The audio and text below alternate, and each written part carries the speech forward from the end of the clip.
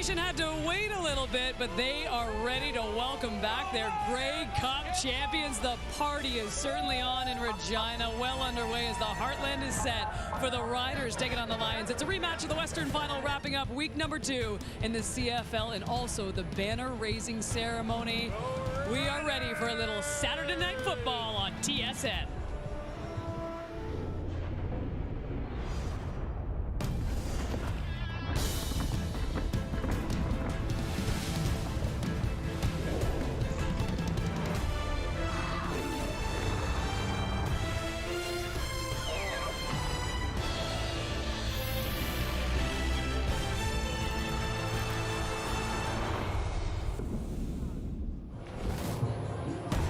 Back for another one, the veteran, almost 40 years old, but he doesn't care. He's back leading this team and trying to take them to another Grey Cup championship this year. Yeah, and Nathan Rourke says that last season's accomplishments, they don't carry over. But he's the one guy that has the talent to carry this team. He get his first chance tonight. Nathan Rourke, arguably, or maybe not arguably, the best player in the Canadian Football League.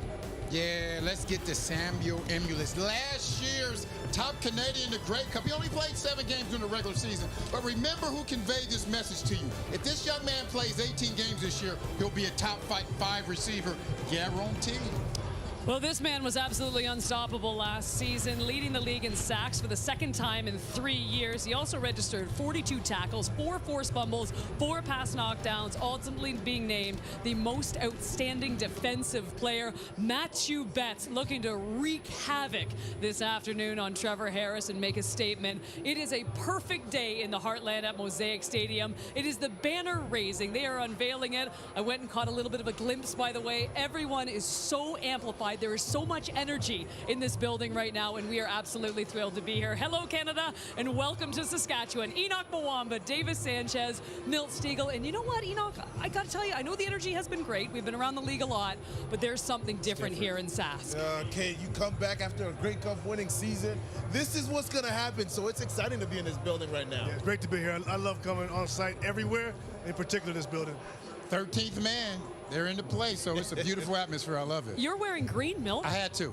Why? I had to, because I look good. People in Winnipeg are watching. I look good in it. And, you know, I wanted to please. I got a lot of fans in Saskatchewan and Regina also. I got to please them. No, all these people are shaking their heads. There's a lot of Stegall jerseys here. There are no Milt Stegall jerseys here. There are none. No, okay, there's one. I actually just saw 185, so there you go. All right, so she was covering the opening game we had, the Hamilton Tiger Cats, the Montreal Alouettes. That was a rematch of the Eastern Final. And, of course, we had to bring her back for a rematch of the Western Final. It was a thrilling game, and Saskatchewan's own Britt Dort standing by down on the field. Britt?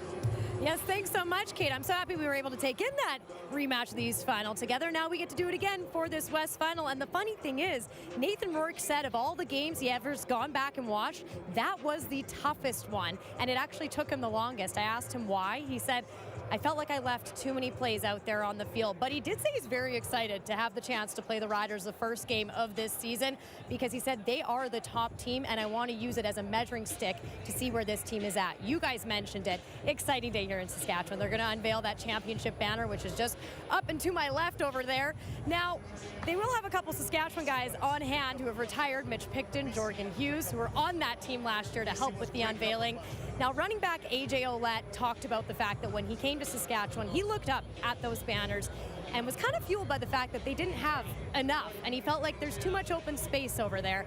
I want to be part of a team that brings another one to this province. When I talked to head coach Corey Mace about Grey Cup celebrations, I asked him what was the best part. He said that they're finally over.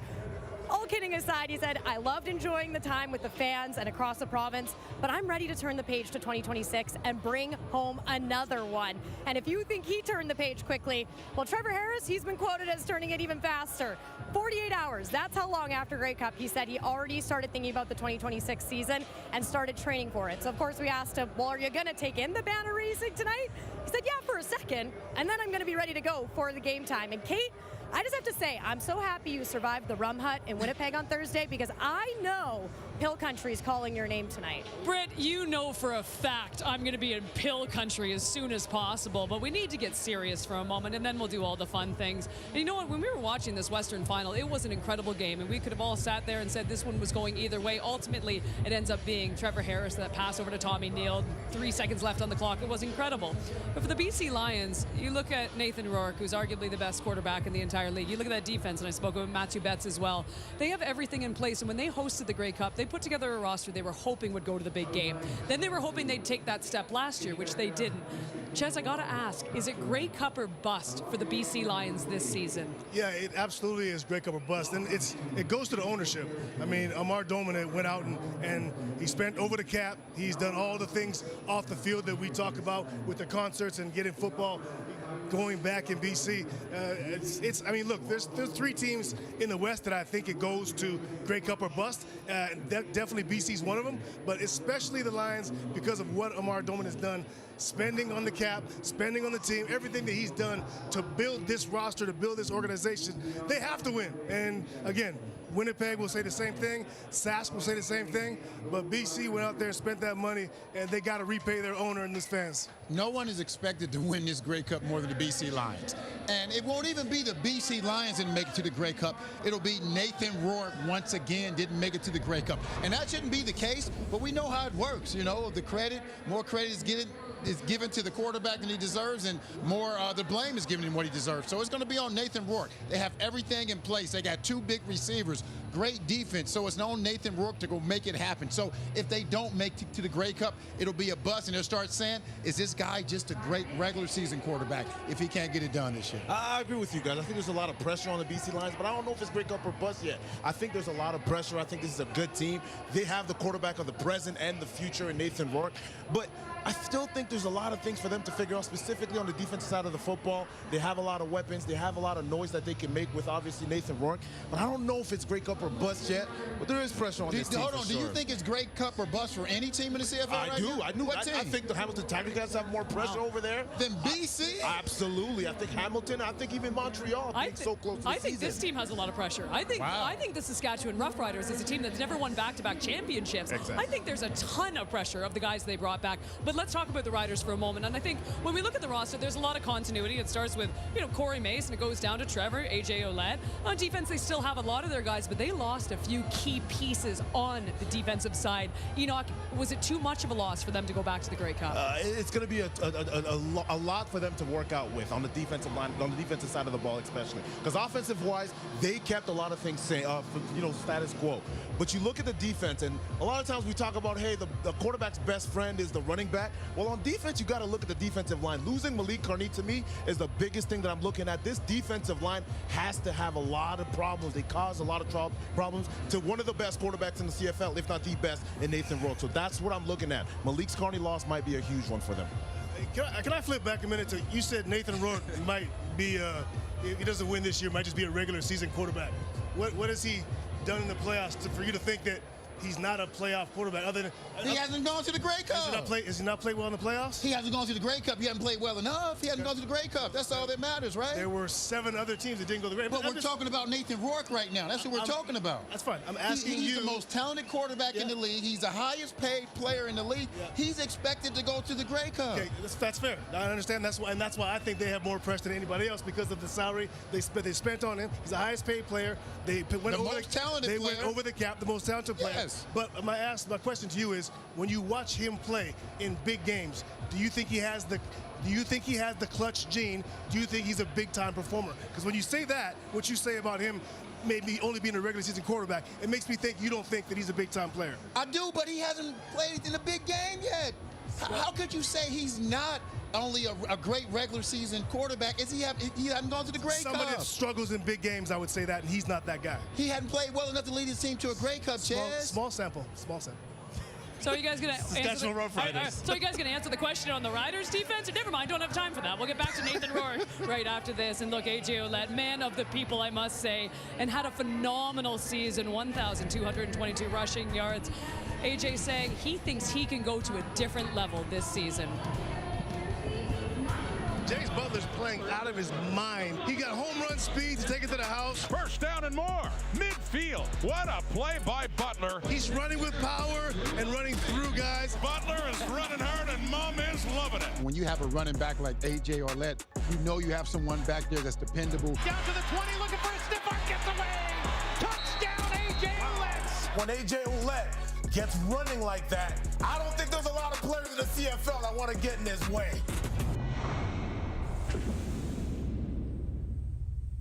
Well, these fans could not be more excited about a new season. They won the Grey Cup for the first time since 2013. Plenty of optimism with this fan base that they can do something that's never been done before in Saskatchewan and win back-to-back championships. With more on the game, here are the guys calling it. It's Rod Smith and Glenn Suter.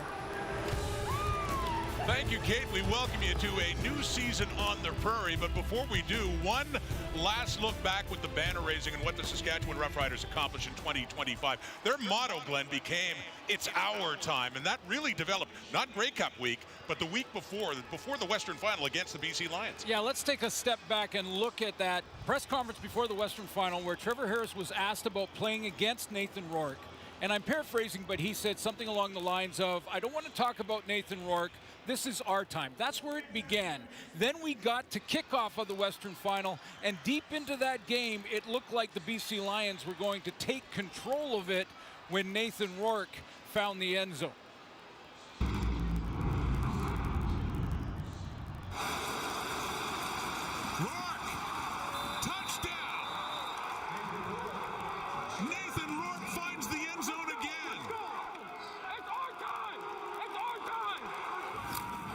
And there you go. So he says right into the camera, "It's our time," referring to what Trevor Harris said at the press conference before the game. Now, we all know how it ended.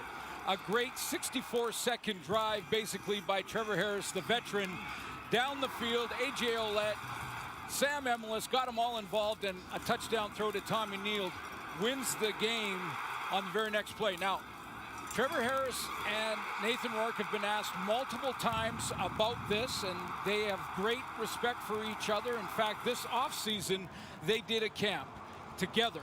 So they have great mutual respect. They want to let it go, but whose time is it now? Whose time is it this year? And there's 7 other quarterbacks in the league that would like to get involved in this conversation. I was just going to say, we start finding out. Well, we have already, but with this one tonight, a big one between the two. By the way, Jamarcus Hardrick, the great offensive tackle with the Roughriders, put it this way about moving on. He said, 2025 has died. It is time we move on.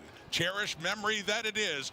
To your point, yeah, there are 8 other teams that think it's their time in 2026, including the BC Lions. The 2025 Most Outstanding Player Award goes to Nathan Rourke. Deep look, touchdown, BC Lions. The remarkable Rourke strikes again. A 70-yard scamper all the way to the end zone. Touchdown, Nathan Rourke, and the unstoppable BC Lions offense strikes again. This team is going to go as far as he can carry them, and he can definitely carry them to the Grey Cup. It's so awesome to be able to play in front of all of you, whether you love me or you hate me. Thank you for watching. I appreciate it.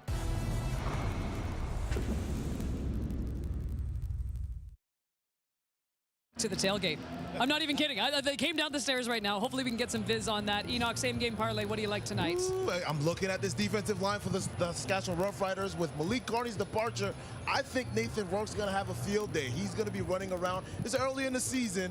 Nathan Rourke over rushing, not just passing, rushing. Yeah, I got James Butler over rushing. And the reason I have Butler over rushing, the same reason you do. The SAS defensive line, if you have 4 of the top 6 guys from last year are not there, different pieces, I want to move them around, give them different looks, slow them down, and for that reason, I'll take James Butler. You got to take some pressure off your quarterback as well. Yeah, I mentioned I thought Sam Emilus, if he played 18 games, he'd be a top 5 receiver by season's end. But I think his number in the first game is a little bit too high. They got him at 79.5 yards. I think he's going to be under. I think Trevor Harris is going to really spray the ball around. A.J. Ouellette is going to run the ball, so I think that number is too high. You taking a receiver under? Just a little bit. I've never seen that before. You'll get like 75. I thought I had something. You must have phone and bumped your little head. What's going on? You know what I am concerned about? He's wearing green. He's taking receivers on. Are you okay?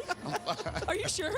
It's okay. You can go home. I mean, Enoch slept 2 hours, for goodness sakes. Comes from Toronto with the Voyagers. By the way, Enoch, we forgot to say, too, when it comes to your commitment to this panel, thank you very much for being here on Zero Sleep if you saw Team Canada in World Cup action. Sleep is overrated, Sleep Kate. is overrated. You know what? I like Keon Hatcher over in this game, too. What a remarkable season. Nearly 1,700 receiving yards. He led the CFL. And you're talking about spreading the ball around when it comes to Trevor Harris. I think it's Keon Hatcher and Nathan Rourke all night long as we take a look one more time at some of our picks today. And we have Nathan Rourke.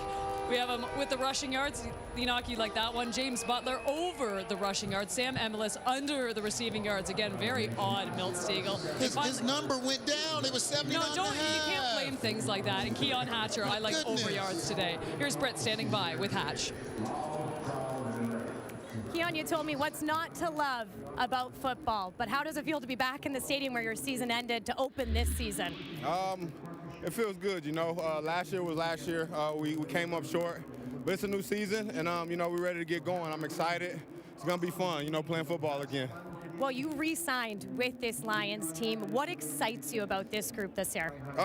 You know, I've seen the work we put in. You know, I've seen how we gelled together throughout camp, and we're special, man. We have a special group of guys, and, you know, we just got to go out there and put it out on the field. What's going to be most important to try to stop this Riders defense here? Details, making the plays when we get the opportunity, and, you know, just staying together. Thanks for this one. Appreciate it. Meanwhile, Trevor Harris, the last time he played here, he won the Western Final. It was dramatic fashion, a 3-yard pass over to Tommy Neal, 11 seconds remaining to win the game. Just another win over BC for the 40-year-old who has a 10-4 record against the Lions, hoping to make it 11 tonight. All right, we're just getting warmed up on our pregame show. A perfect night in the prairies for the Riders home opener. The Grey Cup banner being unveiled as well tonight. Coming up, it is our game picks, and Jameer Thurman is going to chat with Britt.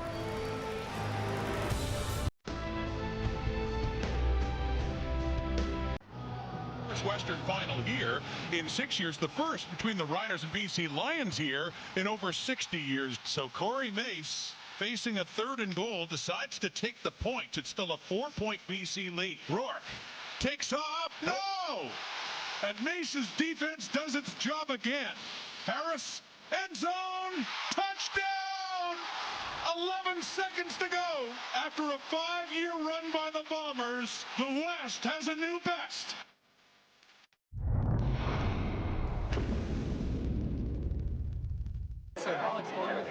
Well, I told you that I saw one Rod Smith and Glenn Suter walking down the stage. Look at these guys in the tailgate having a time. It was them. Milt was out in the tailgate, by the way, too. And for a Winnipeg Blue Bomber, I couldn't believe how much fans still love you over here.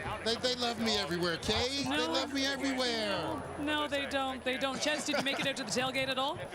No, I did not. Not yet. There's still Not yet. time. Yes. Here I am now with Trevor Harris.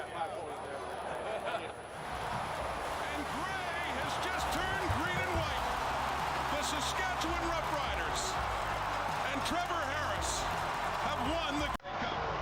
Trevor Harris, Grey Cup champion. Has that sunk in yet? Yeah, I hate to be kind of the downer about it. I was like 48 hours after. I was sitting there Tuesday night. I was like, I'm kind of over it. Let's just do it again. And I think it was kind of encouraging in a way because if I were chasing after this trophy, I think it would have been, okay, I'm done. I'm good. But I just like to play ball. That's what I do. It's what I've done my whole life. I love the chase of self-mastery, of making myself a better football player, of leading guys and being part of the team, but it's part of something bigger than myself, the physical, mental, emotional challenges of it. And that's kind of what's fueled me. And I feel like this offseason has actually been like one of probably the most hungry I've been to get back at it and raise the bar. So it's been really encouraging, I guess, in a way as well. So you are 39 years old. I mean, you are a father, you are a husband, and you've now accomplished the biggest goal in the CFL. Was there ever a consideration to hang them up after you won the Cup? I think it was more just addressing the question about it. People kept asking about it, so I was like, maybe I should think about this, but never an internal thing of like, I think I should be done, or I think this is it. But my wife would tell you every year, probably the last like 6 or 7 years, I tell her, hey, this is it. let's enjoy this year because this is it. But I She's think used to it by now. it's more or less one of those things where you kind of just tell yourself to, and I think it's one of those things that helps you kind of sprint in the race instead of pacing yourself for a long career. It's because every week's a 1 week sprint, and to me it's kind of handled that way, and it's been a good way for me to kind of just vent out any frustrations or sort of thing going on. But never a serious consideration of retiring. I was actually probably closer to retiring after 24 because I really did think that was going to be it. But last year was way less than that.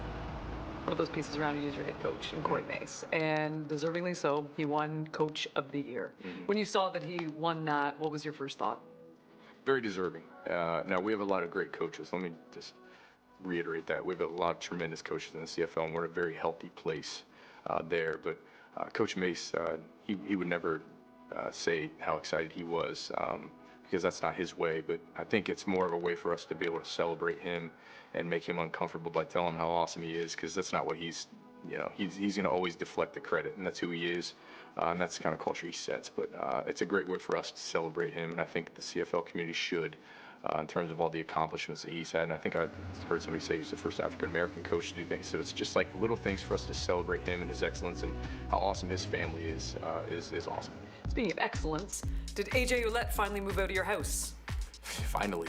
I gave him an Uber ride home to Ohio, and he's great. Obviously, him and everybody knows how close AJ and I are, and it's like a brother to me. And so I'm sure that there will be some fun times him tackling me after games this year, and I'm gonna get him this year. When you get to raise that banner second week of the season, what do you think that moment's gonna feel like? Yeah, I think that's maybe that's when I think it'll hit me, that or the ring ceremony, but. It's going to be awesome to see that, because there's been a lot of times I've gone out on the field and sat next to Coach Mace, and we've been talking. I said, "You see that empty spot up there?" And you're an emotional guy nice too. to see 2025. Yeah, that's more reserved for probably my wife and kids, but I think that'd just be a moment to be like, cool. Now that's something they can't take away from us. But we're fully fixed and forward eyes focused on what we're trying to accomplish this year as a team. At the end of the season, will we see a second banner up there?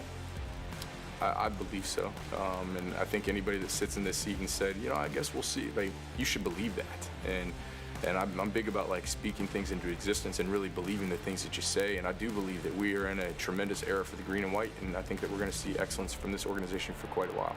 Thank you, Trevor Harris. Thank you.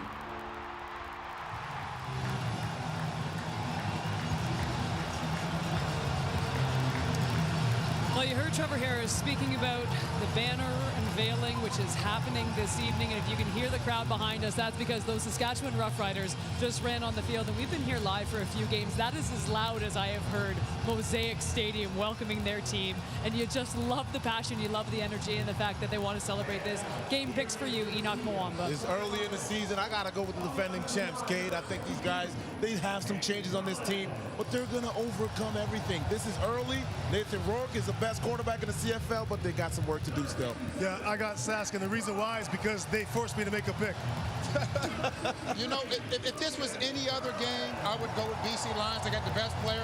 They are the best team in the West, in my opinion. But there's something else going on. There's the 13th man, the 13th woman, the 13th grandchild, the 13th kid. Both of you guys got 13 girls. The energy, everything that's going on with this game is going to propel this team to the finish line. I'm going to Saskatchewan Roughriders. So my problem was I did that in Winnipeg. I thought this is the 15th straight sellout. There is no chance the Winnipeg Blue Bombers are going to lose this football game with their fan base and everything going on behind them. We all saw what happened with the Hamilton Tiger Cats. The only reason I have picked the BC Lions tonight is because I truly believe in my heart of heart. If you look on paper, you could argue that they do have more talent, but now I'm regretting it because all of you picked Saskatchewan, and I thought at least one of you would be a 50-50 split, would have picked the BC Lions tonight. As we recap our picks, as mentioned, I have the BC Lions today. Don't trust me, though. I can't believe we're putting up records at this point. I'm 0-4. Canada's pick. You are picking the Saskatchewan Roughriders. Enoch, you like the Riders. Chezzy, you like the Riders. And Milt, who is dressed in green. He's a rider for a night. He is picking the Saskatchewan Roughriders. The banner unveiling is coming up next.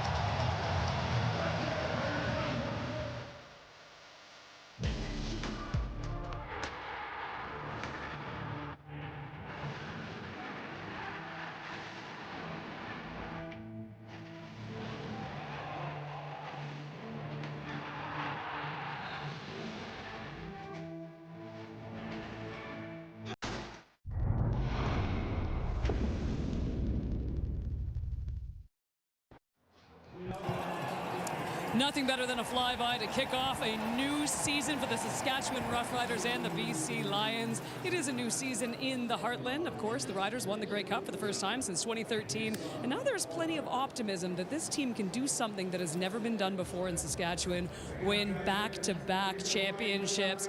It is a celebration here tonight as we watch the coin toss. The Roughriders officially will begin their title defense, and the energy in Mosaic Stadium absolutely palpable at this point. Now, before they kick off of the new season here, we have a lot to celebrate. Last week, if you were watching, the Saskatchewan Roughriders, they were given their new championship rings, a design by the players themselves. It was absolutely incredible. But that's not the only thing that this team needs to celebrate. There is one more thing they have to do. They have to unveil their next championship banner, and Trevor Harris and company hoping that there's enough left with this Riders team that they can do it again. The fans very ready for a new season, very ready for the banner unveiling. We take you now to the ceremony. Have played important roles in winning the 112th Grey Cup. Please welcome Jorgen Hughes, Bigden, and Dante Myers.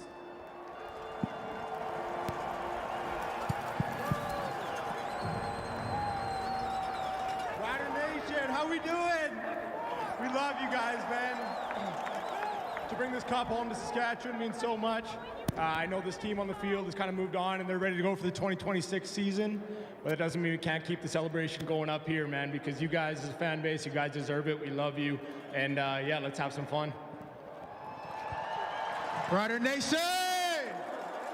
We did it, baby! We made history, man. We made history. This is for you, this is for the province, and this is for Saskatchewan. Rider Nation, what's up? We love you so much. I got one question for you. Are we ready to do this again? Let's go!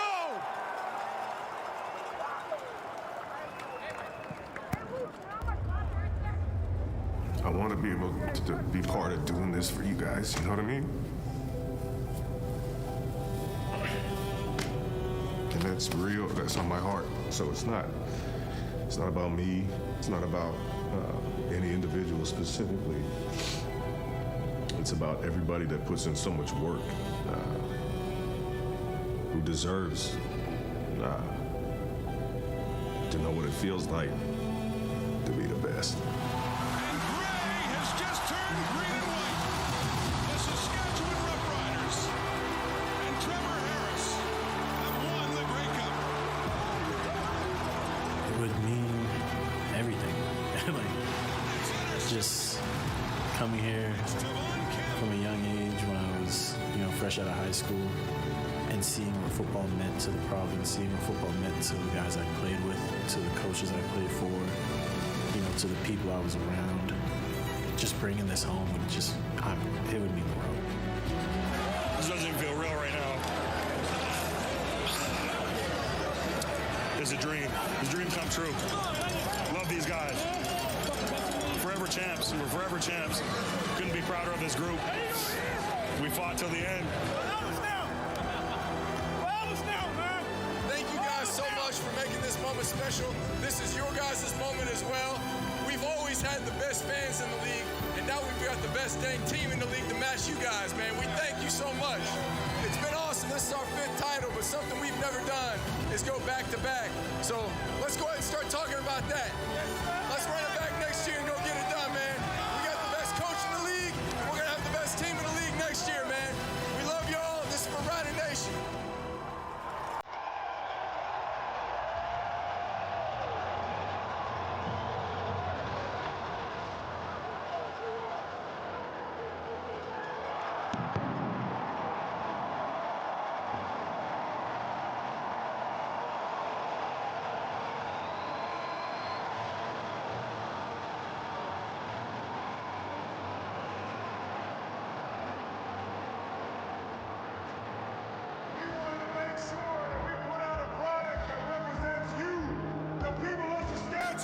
Work hard, play hard, and win hard, baby. Let's go!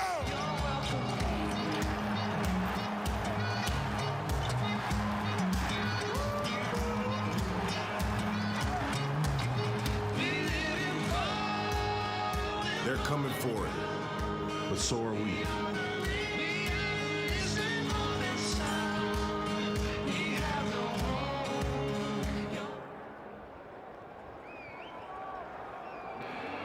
Rider Nation, it's time to get loud for the next gen energy noise meter.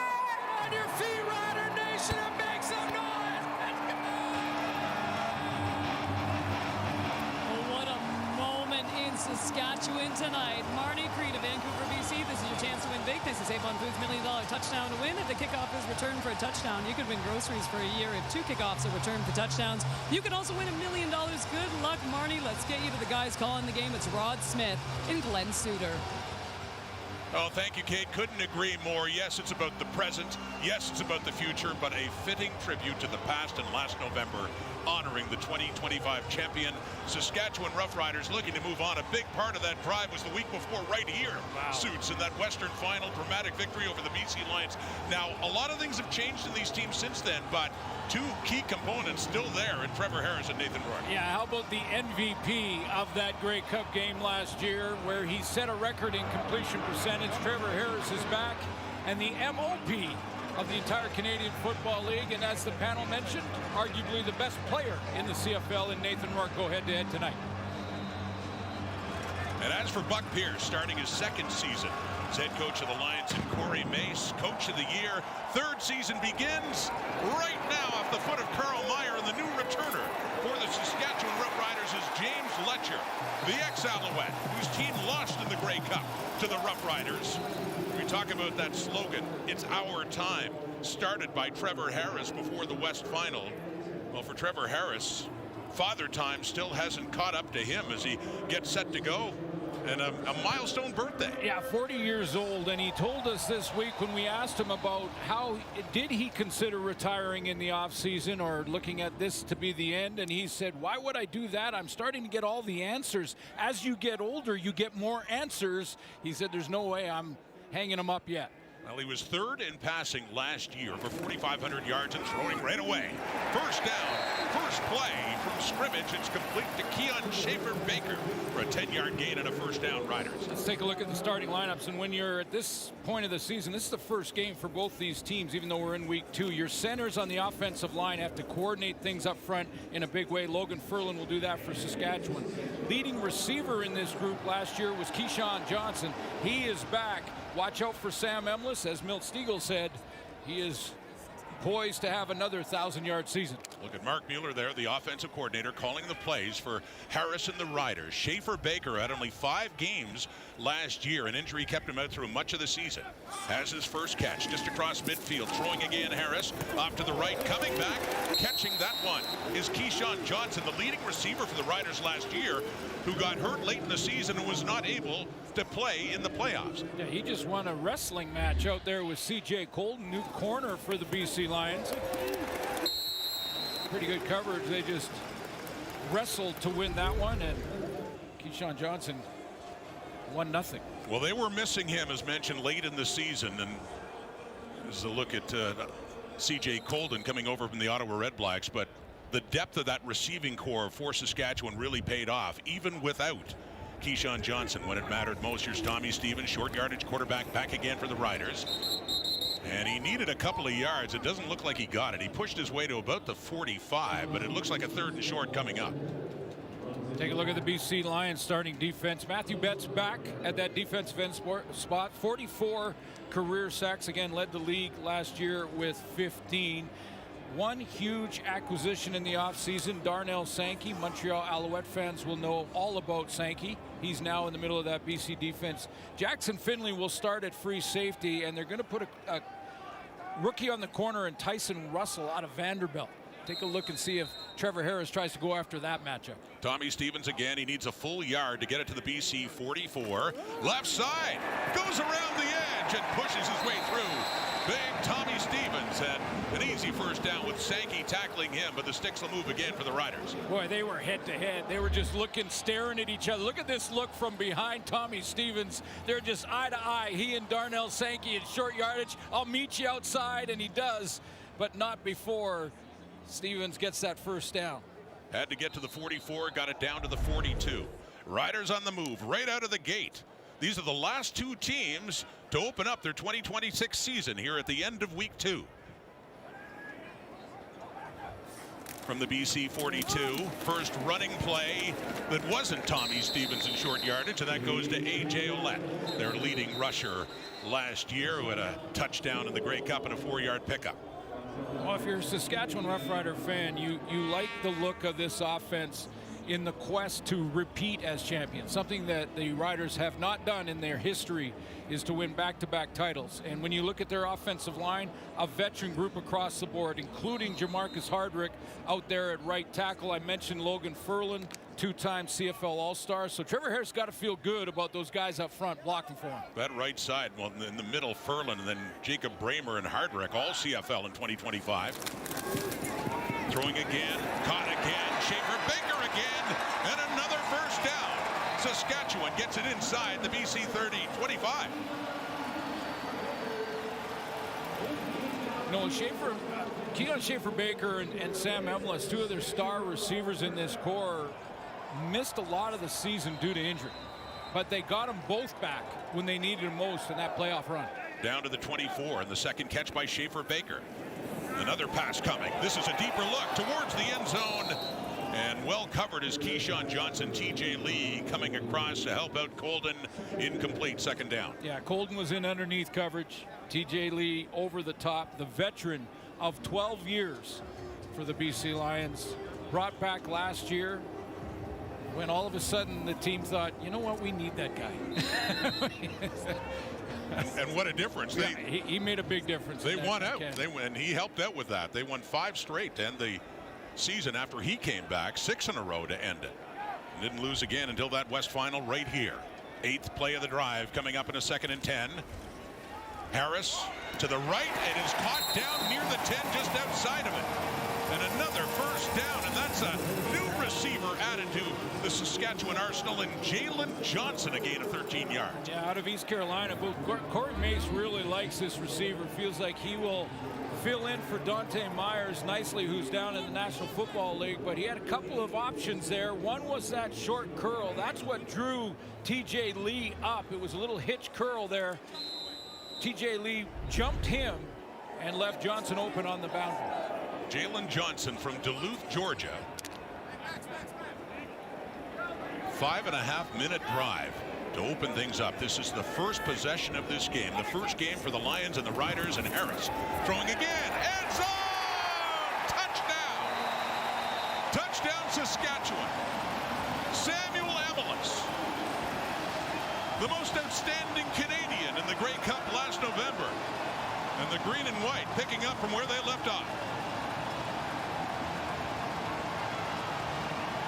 Sam Emilus injured and didn't return until October.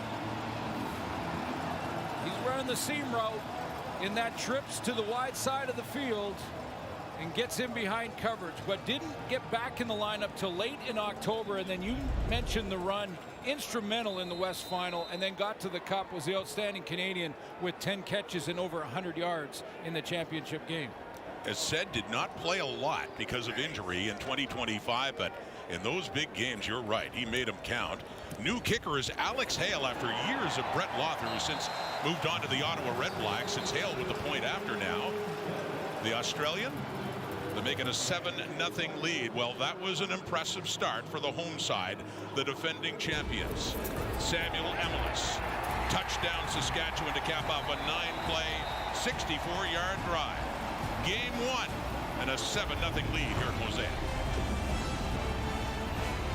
Samuel Emilus, the MOC of the Grey Cup, and what a way to start this 2026 season. Opening drive for Saskatchewan to defend the title, and I've been asked over and over again over the last 2 months or so, will they be in sort of a celebration mode watching the banner go down of the 2025 corner of the 5th championship for Saskatchewan, or the ring presentation?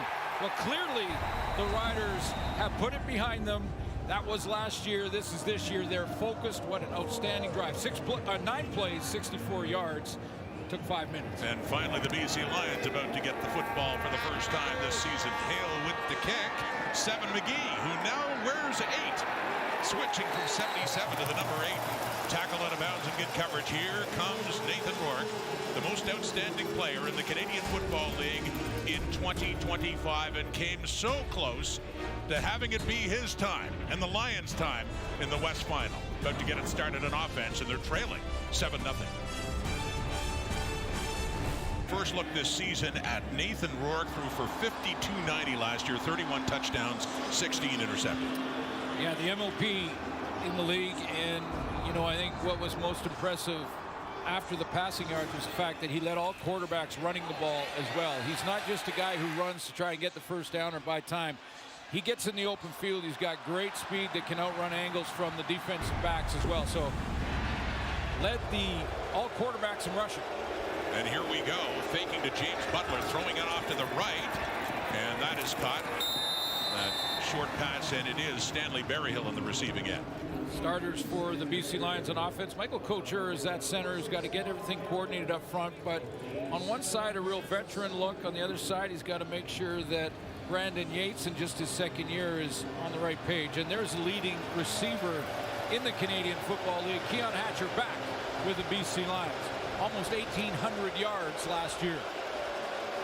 Impressive totals. The Lions with their new uniforms, Pacific Frost, new road unis. You like those? Yeah, just trying to cool off the Saskatchewan Roughriders maybe with those uniforms now. Let's take a closer look now on that first down carry by Butler, Saskatchewan's defense. Yeah, the Riders up front lost a couple of key players in Malik Carney and Micah Johnson. More on that as the game goes on, but they did pick up James Fodders from former with the Calgary Stampeders, and there is the new acquisition, former BC Lion with Josh Woods in the linebacking core. He replaces A.J. Allen, who's in Ottawa, and then Tavon Campbell led the team in interceptions. Interesting for Josh Woods. He played for the Lions the last time these teams met in the West Final, at 6 tackles in that one last November. Now wearing green and white. Running again is Butler, left side. Coming in, Tavon Campbell, and then a pack. Take him down, and not much there. Down around the 40 for Butler. Just a couple of yards for BC. Antoine Brooks in on that tackle. Yeah, you know, I think a lot of concern with the Rider fans here about this defensive line. They lost Micah Johnson in the middle of it. Malik Carney, who is now with the Edmonton Elks, and that's 16 sacks from last year. They were the two leaders on this defensive line. Saskatchewan's wondering where are they going to get those 16 sacks from. Well, we just saw him on the inside, now wearing 99 is Caleb Sanders, a great rotational defensive lineman for them, and they're throwing now. BC is in a completion too, and that is Justin McInnes, third in the CFL in receiving yards last year after leading the way in 2024, 15 yards. Yeah, nice read. Got 4 receivers to the outside. One of them's going to sit in the hole with the zone look, and that's Justin McInnes. Real smart. Sometimes you just don't run full speed. You find that spot and sit down. Rourke throwing deep this time. Down the right. The coverage is there. Nearly intercepted. Nearly picked by Saskatchewan. Marcus Sales back there with Roland Milligan falling incomplete in a second down. So changes for the Riders in their D-line. Some changes in the linebacking core. Josh Woods being the change there. And then in the secondary, though, they should be solid. I mean, we were talking Roland Milligan, Nelson Lacombo at free safety, Marcus Sales, who is in his 8th year in the Canadian Football League and in great position on this play, and DeMarcus Fields and Tavon Campbell. That's a good group back there. Lots of experience back in that secondary. Be sure. 2nd and 10 now. Underneath, it's caught. Not enough for a first down. Good work defensively. Antoine Brooks, the nickel linebacker, in there on McInnes, helping out with DeMarcus Fields, and his 3rd down coming up.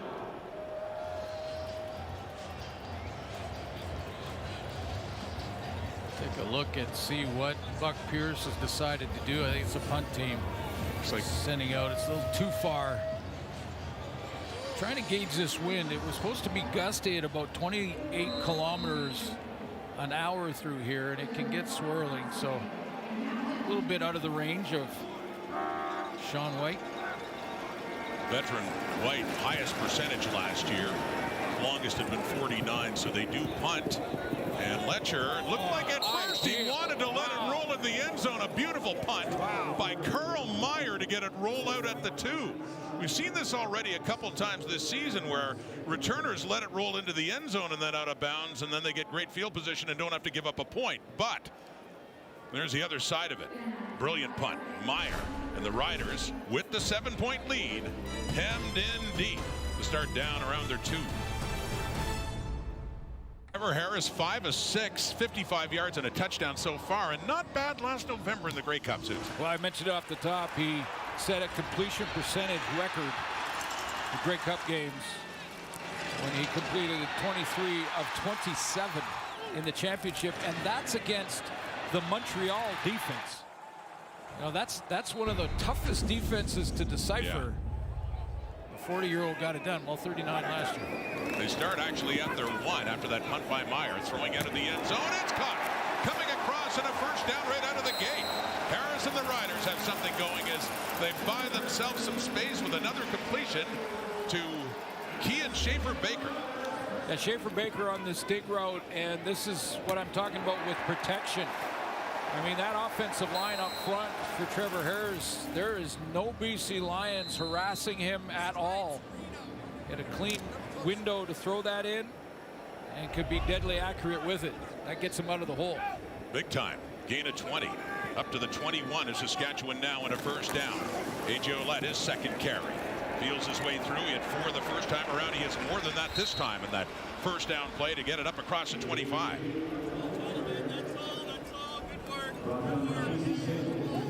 Maybe most importantly, they're such good friends, A.J. Ouellette, Trevor Harris, and A.J. Ouellette, not just because of that, it's the job of the tailback, but he carries the ball here, but his #1 priority is protecting his buddy and making sure there's no free hitters that get home on Trevor Harris. A couple of Ohio kids. Oh, yeah. I think roomed together all last year. So give him 5 up near the 26 now. Second down, throwing again, Keyshawn Johnson. I mentioned the top receiver for Saskatchewan in 2025 and has a first down again for the Riders. I thought it was a great conversation we had with Trevor about his age, you know, and basically he's feeling like it's his best season last year, and now he's coming out of training camp feeling better than he's ever felt. And Corey Mace telling us that he looked as good as he's ever seen him. And he goes, why would I hang him up now when I'm getting all the answers? I'm figuring it out. You can see on this drive alone how quickly he's making these decisions. I think a lot of people were thinking the same way, the way he played, especially down the stretch. Going to work again. It's Ouellette. Left side and more. A.J. Ouellette. And he puts his shoulder down. It's Tyson Russell, the new corner there for BC, and post to another first down. It'll be second and short coming up. Yeah, big boys up front opening up that hole to the left of the formation. And this is a play designed to let A.J. Ouellette just pick his hole. Really, if he wants to take it wide, he can. And it's Ouellette who takes the snap and tries to get it in short yardage, not Tommy Stevens. Looking to finish off that first down. He didn't need much. See where they spot the football.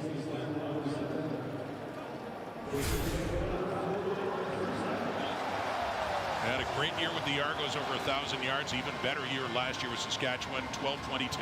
Yep, that was his best years as a pro, and second to Dedrick Mills for the rushing title. And it is the Ouellette first down carry there after he got them close and takes it on the third down snap with Harris back in. 7-0 lead. Moving along, they started near their end zone. Ouellette running again left side and works his way through to get it up across the Saskatchewan 50. So you got to believe that Mike Benavides, the defensive coordinator for the Lions, is now trying to look deep into that defensive playbook and go, okay, like they're running the ball, getting it second and medium or second and short. When Trevor Harris is back there in the pocket, he's got lots of time. Does that mean we need to send more pressure from the linebackers or maybe even the secondary? But if you do that, you're leaving your DBs in one-on-ones against Keyshawn Johnson, Sam Emlis, Schaefer-Baker. Just up across the 50. Here we go. Little pump fake. Trying to freeze them. And it's caught for a first down by Schaefer Baker.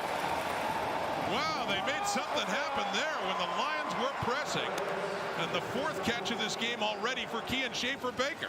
That's what Mike Benavides just did. He said, you know what? We got to send some pressure, see if we can at least make Trevor Harris a little uncomfortable, and that's what they do. Harris has to wait a second or else he may have got picked off there. It looked like the Lion defender tried to cut underneath that, but a great concentration by Schaefer Baker. It was a difficult catch. He made it look easy, yeah. That was C.J. Colden, the one in coverage. And just over him, and Schaefer Baker gets it. They get it down to the BC 51. They started at their 1 yard line.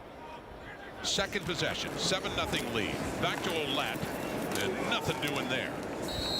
Jackson Finley among those of the Lions who get a hold of him and limit the damage there to maybe a yard or a little bit less. Second and long coming up. So I asked Trevor about his drive in the Western Final. 64 seconds to go from his own 20. And what Mike Benavides at the time did defensively, and he said he sort of mixed it up. They played a little bit of a almost prevent drop. We hit him in the seams there, and then when he tried to bring guys closer to the line of scrimmage, closer to the box, we went underneath to A.J. Ouellette. So there is an answer to whatever they want to try to do. It's whether or not you can find it quick enough. Last play of the quarter, a very eventful one for these Saskatchewan Roughriders. More pressure coming. He gets it away. Caught again. These Rider receivers too, especially 89. Kean Schaefer Baker's having himself a game so far. With Ronald Kent Jr. right there with him. Harris has to get it away with the blitz coming, and they pick up another big first down heading into the second quarter. Pressure again, and this time Schaefer Baker's on a corner route, and the reason he's on the corner route because when you send pressure like that, the DBs have to play inside hard position. Schaefer Baker takes advantage of it. 7-point lead after one. Riders pressing for more in their debut. Just chilling. I'll tell you, as you look at these first quarter stats, you get a good idea, a good reminder why the Saskatchewan Roughriders are the defending champions. There's another long-lasting reminder. It's called the championship ring. Let's head down to the field and join Fritz Dorf. Yeah, Rod, and coaches and players had some say in what that design was going to look like for the ring, but they had to wait a few months before they got to see it, receiving it just a couple weeks ago. When I asked players what their favorite part about the ring was, a lot of them said the fact that the top is removable and on the inside is a replica of Mosaic Stadium. Another thing they love about the ring is that a piece from the game ball of the Grey Cup is stitched on every person's ring. Of course, some significant numbers in the number of wins they had or in the diamonds, of the number of championships that they have. Now, guys, my favorite part of the ring has to be the box it came in because it has a little screen that shows some key plays from that Grey Cup championship game. And whose voices do you hear when you open it? Rod Smith and Glenn Suter. We're touched, Brett. Thank you. I tell you, that's amazing. Ring technology, the way it's gone. And boy, the Riders just looking like they want another ring in a hurry here. Keyshawn Johnson with that one. A first and goal coming up on this long drive. First of all, the rings are spectacular. Yeah, and it's amazing how it's evolved. I just get goosebumps just looking at it. And that's what you play for, and that represents so much of the hard work and the self-doubt and the rehab from injuries and all of the things that happen in a football journey for the players and all their families that go along with them. That's what that ring represents, and boy, that's a beauty. They're knocking on the door again. They started at their 1. So 101 yards later, they're down at the 3. A.J. Ouellette, no. They stuff them up there. BC needs another big stop to force them into a field goal situation here because it's been all Saskatchewan, especially what they've done driving on offense. Well, that's 2 long drives in the first quarter. This is the end of the second. Mike Benavides has had his defense on the field for over 10 minutes in that first quarter. You saw the time of possession. And Nathan Rourke has had the ball in his hands 6 times so far in this game. The best way to keep a good quarterback from scoring is keep him on the sideline without his helmet on. We used to say that about Doug Flutie all the time. Keep Flutie on the sideline, we got a chance. Best defense you can have against him. Harris, seems like he's been on the field the whole time. Touchdown! Touchdown, Evelyn again.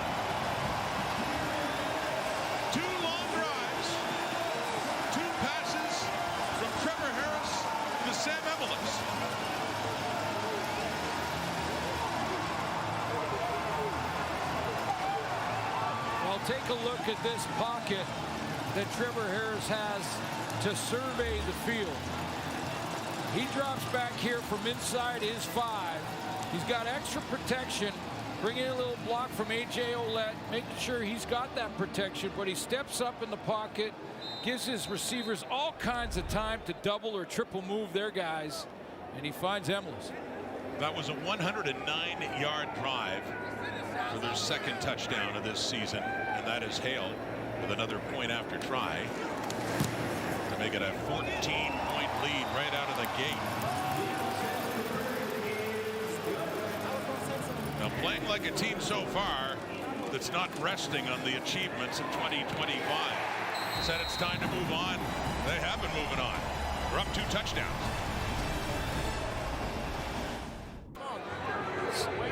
Darted back on that 1-yard line. Sam Emilus is a guy who finishes a 12-play, 109-yard drive that took off 7 minutes. And as I mentioned, the BC Lions have had 6 plays offensively so far in this game. And Saskatchewan's only had 2 possessions, both of them resulting in touchdowns, eating up a lot of time.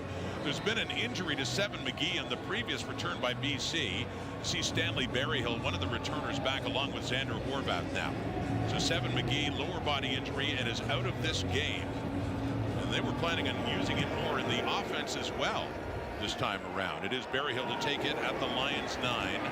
Stanley Berryhill, and runs into his own teammate before the Riders push him back just inside the 25. Yeah, early on in that first quarter, Seven McGee gets, it looked like he got rolled on his ankle. He was just carted off. You see that left ankle gets rolled on the tackle. He tried to walk off. He was limping a little bit, thought he might be able to come back. But you mentioned Buck Pierce had him involved in the offense in a big way. So see if it's Kieran Passat that gets that action, or they'll balance that and juggle that lineup. Haven't seen a lot of the Lions offense so far. Here's Rourke to pass. First down, and another one across the 50 near midfield. So the biggest offensive play for BC, and it is Berryhill who just had the return and has the catch. Yeah, and it may mean some juggling. I mean, taking Berryhill from the slot, moving him inside to that number 3 position where they were looking to play Seven McGee some more in this game. They wanted to get him more involved in the offense. There'll be a setback there, obviously, with this injury, but a little juggling going on for Nathan Rourke. They did have the fullback, H-back Riley Pickett, lined up in there, who ran out on a short route on that play. It goes to Berryhill. It's a 1st and 10 at the BC 53 and a 14-point hole. James Butler, and slips up a bit as he barely makes it back to the line of scrimmage. Maybe a loss of a yard.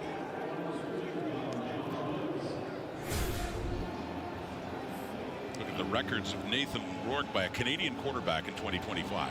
Yeah, he's closing in on Russ Jackson. I mean, Russ Jackson's got a lot of yards in his career. Yeah. When it comes to Canadian quarterbacks, he'd have to play another 4 for sure, but his 5,000-yard seasons get him there in a hurry. And joins Jackson, Canadian quarterbacks winning most outstanding player. Yes. Throwing again over the middle in traffic. It is caught again.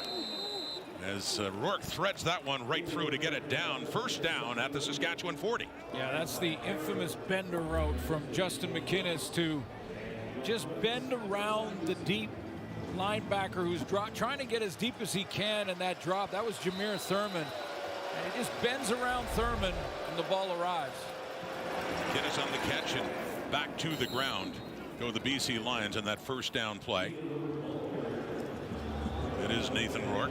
You mentioned, Suits, his strength of running the football, the top quarterback last year in the CFL in running.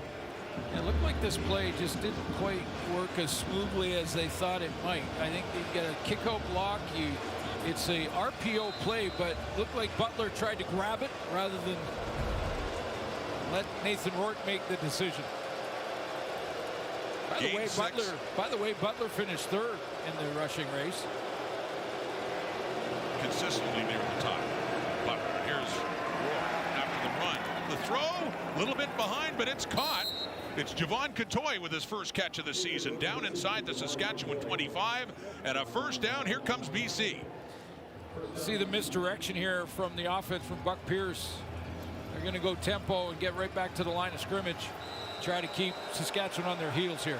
Lions have some momentum now on offense. Rourke off to the right, near the sideline, and just running out of room was Butler. Goes a bit high and out of bounds. Let me show you the previous play. There's Keon Hatcher. Got all that movement coming from right to left, and Rourke just spins out of there, kind of a blind turn, gets on the roll to the outside, and then moves the chains that way to Couture. Just missed a wide open Butler on the sideline, or they're even closer.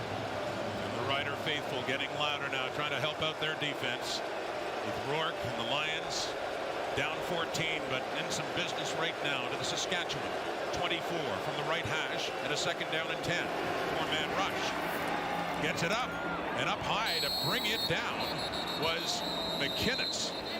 Bringing that down, but not enough for a first down. It looks like Sean White and the field goal unit will be coming on.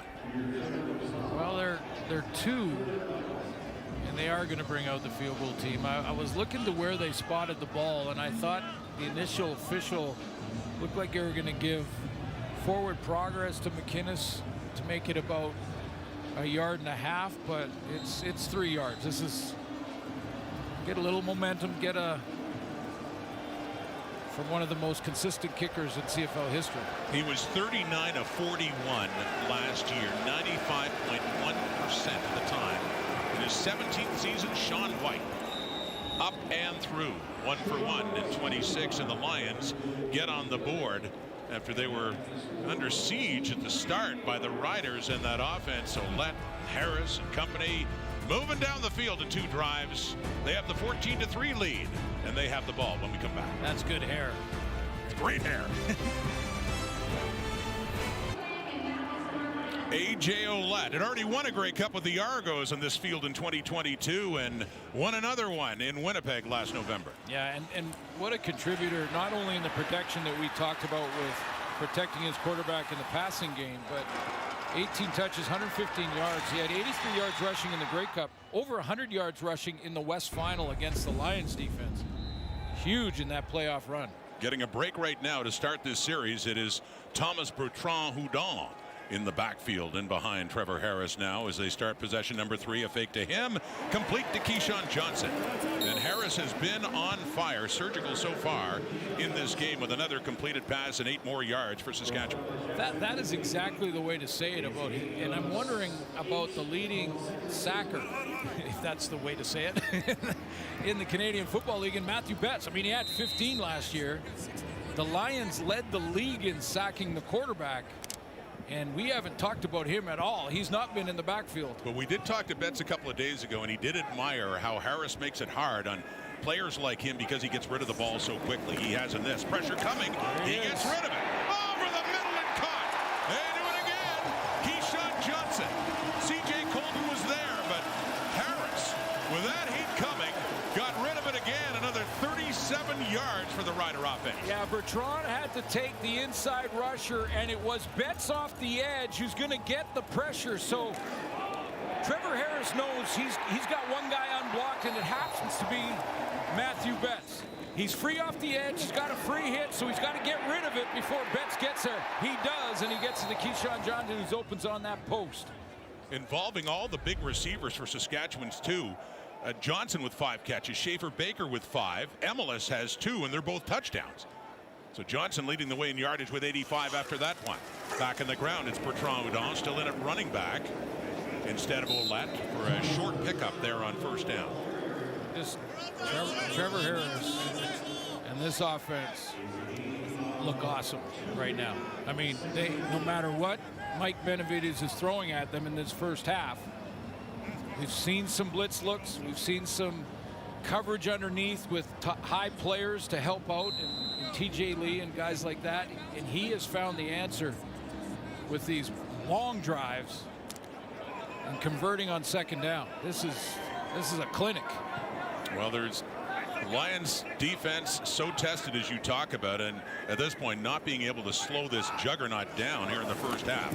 2nd and 7, Harris. Oh, they got to him finally with Betts, who led the CFL in sacks last year with 15, defensive player of the year again, And they needed to get some pressure on Trevor Harris. They finally do. Yeah, they move him inside. He's usually that defensive end. He'll be in a 3-point. Sometimes it's stand up in that 2-point stance. But this time they move him inside right here. Now he's in the 4-point stance with 2 hands on the ground and a nice swim move over the top on Zach Fry to get back and get home.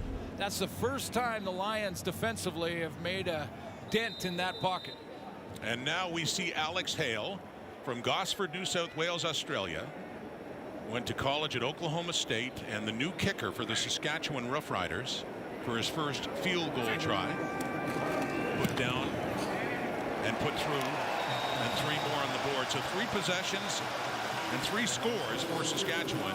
2 touchdowns and that field goal by Hale, opening up a 14-point lead again, 17-3. Finally! That was a fumble. That looked like it came out as well. Colder here last November when these 2 teams last met, but these Lions uniforms are colder than that now. Let's go back to Brett. Thanks so much for this one, Rod. The Pacific Frost uniforms, you may notice they're wearing a new one on the road. It actually is to pay a tribute to their 2 championship teams from 1994 and 2000, where you may remember they wore those silver helmets. Now, of course, it's also a tribute to BC, to the mountains, the snow, the rain. That's why it has that metallic feel. Nathan Rourke and Keon Hatcher were actually a part of the unveiling up in the mountains, and they said every time hikers came by, they had to wear jackets because they hadn't been unveiled officially yet. And Rourke said, I was happy about it because it was cold up there, guys. For that chill, Brett, of the Pacific Frost, there'll be the road unis, and yeah, as you mentioned, a tribute to, I remember the Lions teams in the 90s with those silver helmets. That's the look on the road, and an incomplete pass, 2nd down and 10 coming up for Rourke. Yeah, I know that New Jerseys are so subjective. It's like your favorite color. People will have their own opinions on it for sure. I can tell you from a broadcast point of view, it is a challenge. Maybe a little trickier seeing those numbers from afar. A little tricky. There we go. Pressure coming right away. He gets rid of it. Rourke completes that one, and taking a hit is Javon Katoy across midfield. Another 1st down receiving for Katoy, 17 yards. Yeah, Javon Katoy, again, just keeps getting better all the time. He's lined up almost as a tight end on the line of scrimmage and just recognizes the coverage and sits there. The only thing I would suggest to him at the end of that play is to lower his pad level a little bit so he doesn't take a hit right in the ribs. He's a big guy too.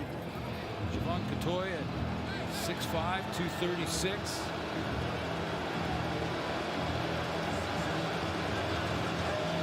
So it's a 2nd down coming up now. Saskatchewan's offense has run 25 plays. This is just BC's 17th. Last time out, they were able to drive down and pick up a field goal, get some points on the board. In the Riders' zone now, and with time at Rourke.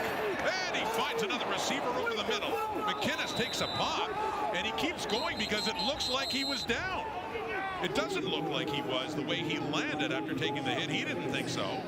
He's going to take, just to make sure, head off into the end zone.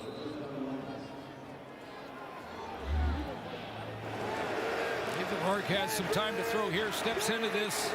Again, it's McInnes in behind the linebackers.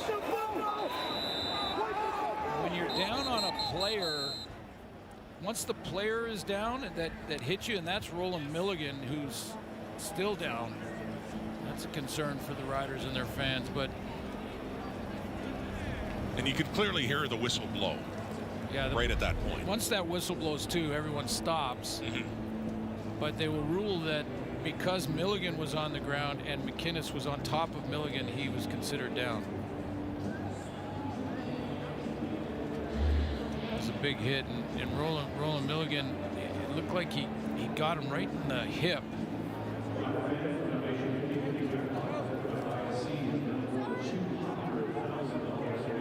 27-yard pickup, but yeah, Milligan gets the worst of this big hit coming in. A player who was nominated for 3 different awards a couple of years ago. Outstanding player, outstanding defensive player, and outstanding special teams player nominee out of Saskatchewan. Just an unreal year where he was the outstanding defensive player of the year. back in 2024. And good to see him up and walking off now. Just a stinger. Sometimes you get that hit on the shoulder pads and all of a sudden your arm tingles and you want to take a second and make sure you get all the strength back in that arm.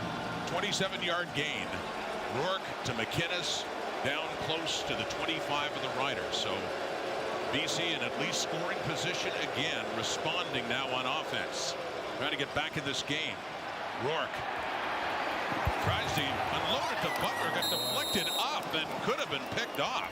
Marcus Sales coming in as that ball was kept alive after Butler was trying to get to it. But bottom line, a 2nd down and 10 coming up. Yeah, this was sort of make it up as you go along. Once the contain was there for the Saskatchewan Roughriders, that's Josh Woods forcing Rourke up in the middle, and once he does that, now he's trying to find it. I think Justin McInnes became defensive back there. Maybe saved an interception. Keep it out of the hands of Marcus Sales, the ex-BC Lion. In a couple of years here in green and white now. The championship, last play before the 3-minute warning now. Rourke underneath, checks that down to Xander Horvath, who had a solid rookie season with the BC Lions a year ago, backing up James Butler. So Lions on the move in the Riders zone. Field goal unit coming on. Coming up at halftime, Kate Burness in the panel. Hey, what's going on here? If we can get Burness out of Pill Country, and a proposal from Gaynor. Does Kate have a new mascot now? She takes the roses. Little embrace for Gaynor. We got a story. Wait a minute, hey, because what happened? I remember punter back in Edmonton. This was, and then there was the Hamilton. Kate was. I know there was a date there. Xander Horvath, then they go short yardage, not field goal unit on the 3rd down and a yard, and Horvath takes it. But yeah, brewing story going on with Kate and the mascots. Well, I don't think any of the other mascots had a bouquet of roses. No. Or a pitcher with a heart. Yeah. I mean, you know, buy a meal, get some popcorn. That's one thing. Yeah. I don't know. We're gonna have to follow this. We got 2:52 until halftime. We got to get this story now. Yeah. That proposal there from Gaynor. Gaynor in Pill Country. As said, assuming she can get out of there for halftime. 1st down by Horvath. So this drive continues for the Lions late in the 1st half. Faking to him. End zone. No. Little behind McInnes. That looked like it could have been a Lions touchdown. That's the 2nd time that a tailback has tried to pull the ball out of Nathan Rourke's hands. And this time it's Horvath. And you see how he kind of staggers with him forward. It's almost like that RPO type look, that fake to the tailback. It was James Butler the last time. And I think Nathan Rourke wanted that ball in his hands with a position to throw it about a split second earlier than he had it. 17-3. But the Lions late in the half can close the gap in a 2nd down. Rourke steps up, breaks loose, and he has a 1st down. He's trying for a touchdown. They push,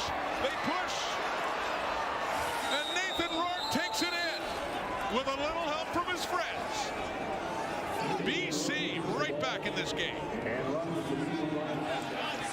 That's what we're talking about when you talk about Rourke and how different he is as a runner from the quarterback position. I mean, he's not just running to get a 1st down and hook slide. He can take off and outrun angles or the power game. Now, he's got some help with his friends here coming at the end of this scrum where all the Rider defenders are there. Here comes the big boys to help push, and yeah, they get him in there. 9 plays, 70 yards, and mentioning just the dominance of the Riders earlier in this game, but we got a 4-point game coming up if the point after here by White is good. Coming up here right now with Carl Meyer to put it down to make it indeed. Saskatchewan 17, not a 14. Saskatchewan 7-point game. Saskatchewan 17 and BC 10, but getting within a score. Yeah, back to 1 possession. And those long drives in the 1st quarter for Trevor Harris kept Nathan Rourke off the field. He's got a couple of drives in this 2nd quarter, and it's come up with some points.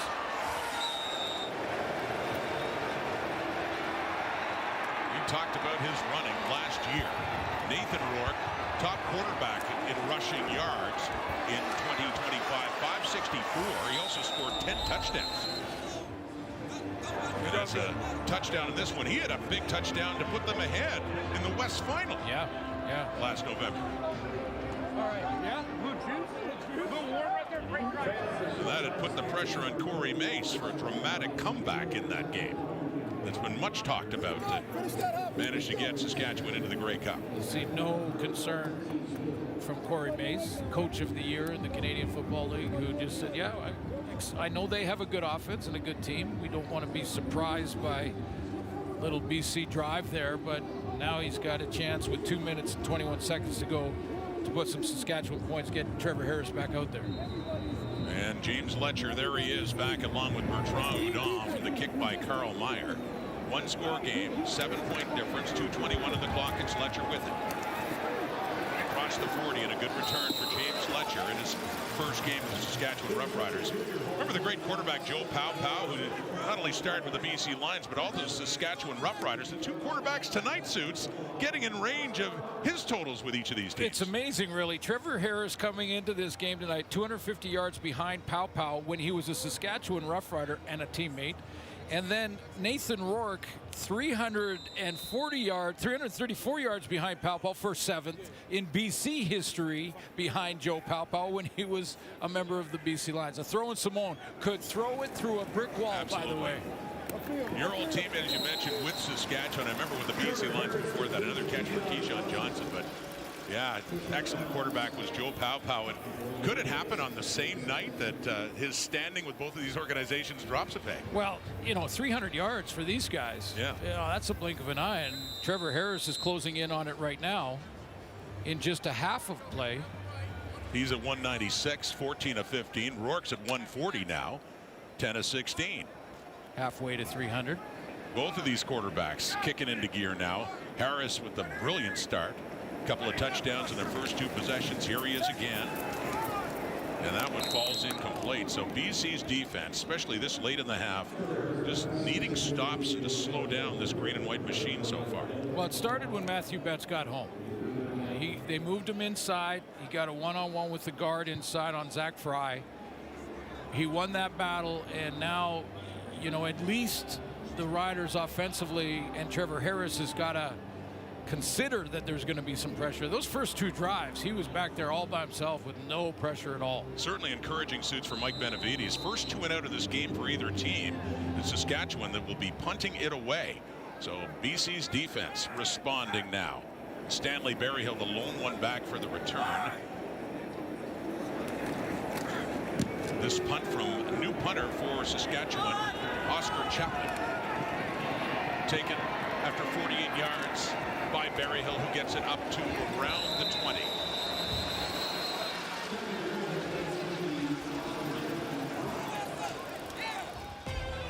'26 FIFA World Cup continues tomorrow. 4 matches, Germany and Curacao, 1 p.m. Eastern, followed by Netherlands and Japan at 4 Eastern. Watch both on TSN, CTV, and Crave. And Cote d'Ivoire faces Ecuador at 7 Eastern, followed by Sweden and Tunisia, 10 Eastern. Catch both games on TSN. We got Canada's debut. The dramatic goal of the second half by Kyle Larin to force the 1-1 draw ultimately for Canada. And the other 2 teams, Switzerland and Qatar, tied at 1 as well in that group, all even up, with Qatar scoring in injury time. So here's Rourke, off to the left, and it's complete. Going down for it was Catoy. Already has a couple of catches in this game, but they blow it dead as he tried to get up and keep going. BC fans are used to seeing Javon Catoy in the slot and at tight end, which is kind of unconventional for Canadian football, but Buck Pierce has moved him on the depth chart to wide out. He wants to play him out there a little bit more and make sure that his receiving core, all of them know all of the spots so that they can make adjustments on the fly if there is an injury, but more importantly, they can move around with different formations and avoid matchups. The tide of this game turning a little bit. With a field goal and a touchdown from the Lions offense at Xander Horvath in short yardage. And looks to have the first down up across the 30. That was on a 2nd and short play. So 1:38 in the clock. And Rourke and the Lions still have plenty of time to see if they can close the gap further. Down by 7. What do you think about that decision? About the idea to have a running back do your short yardage, not a quarterback? We've talked about it before in situations where we saw someone like Nathan Rourke taking it, worried about him getting hurt. Yeah, so, I mean, I don't mind it myself because I don't like the starting quarterback doing it. No, but having a quarterback do it? Yeah. Interesting discussion. Rourke back in, completing another one outside the 40. And that's Kieran Poisson. Mentioned the injury to Seven McGee at the start of the game. Poisson in there with his first catch. West Shore Rebels, junior football, interior BC, and just from the 41, pressure. Rourke gets away, then shovels it deep and completes it. Stanley Berryhill still going. What a play by Rourke and the Lions. Penalty flag. And we have a flag down, the first one. Could that be negating that play from Rourke to Berryhill? Looks like the Lions are making their way back to the original line of scrimmage.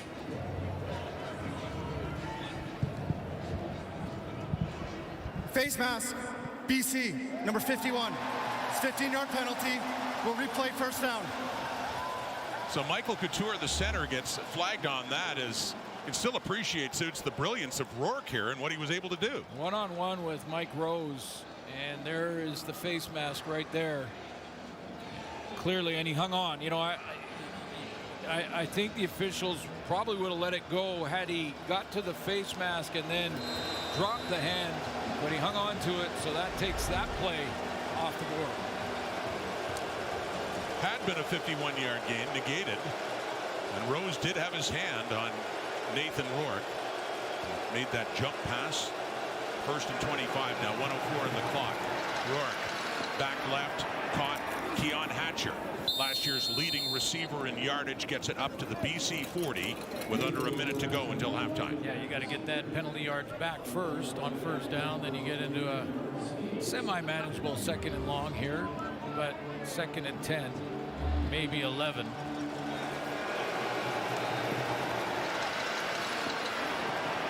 James Butler has kind of snuck out of the backfield a couple of times and has been open for quick swing pass. Rourke hasn't seen him yet. First catch for Keon Hatcher this season. 2nd and 11. So they got a lot of it back. Oh, nearly intercepted. That could have been a Rider touchdown. Tavon Campbell, who had a pick 6 last year in his first season back with Saskatchewan, just hangs his head there. What an opportunity the Riders had. Yeah, it's a long out throw, and it's not on time. When you throw that long out, not on time, and don't step into it, you see the accuracy of the ball is way inside and off, and that gives Tavon Campbell the best crack at it, and he does everything but hang on to the football. Crowd says it all with that reaction. But they had at least a pick. Who knows, maybe a pick 6 from a guy. He was gone. He was gone. He looked like it. 42-yard punt. There's Letcher spinning and up across the 35. 25 seconds on the clock. Tavon Campbell, by the way, tied for the lead with picks last year. He had 6 of them, including a touchdown. So the flag coming out and the Letcher return. Yeah, so the timing off on a wide out throw and then throwing it inside and not right outside to the boundary where only your receiver can have a crack at it. Very dangerous when a guy like Tavon Campbell is hanging out there at the corner. He was such a great addition to the Riders. Big part of their run to a championship last year. Came back from the NFL, and Corey Mace talked him into a comeback and really helped with that Riders secondary in the field side corner. Well, what jumped off the page for me with There are 2 fouls on the previous play. During the return, holding, Saskatchewan, number 47. Unnecessary roughness, Saskatchewan, number 48. 25 yards, first down. You know what I noticed immediately from the U of R product, the University of Regina, was just his closing speed. I mean, that's what's important for a defensive back. Get out of your back pedal quickly and be able to close on the receiver when the ball's in the air. And you've seen a lot of great DBs do it in the league, but I haven't seen a guy with the closing speed like Tavon Campbell. He can close that distance in a heartbeat. We saw him several times, game breaker last year, including against Winnipeg, where he had an interception for 2 points on a 2-point convert try. Yeah, sometimes it was about the timing of those picks too. So they start at their 4. Now they've had a long drive already in this game, starting at their 1, but time is a factor now. We'll let the ball carrier, and only 22 seconds to go until halftime. And a player down for the Riders.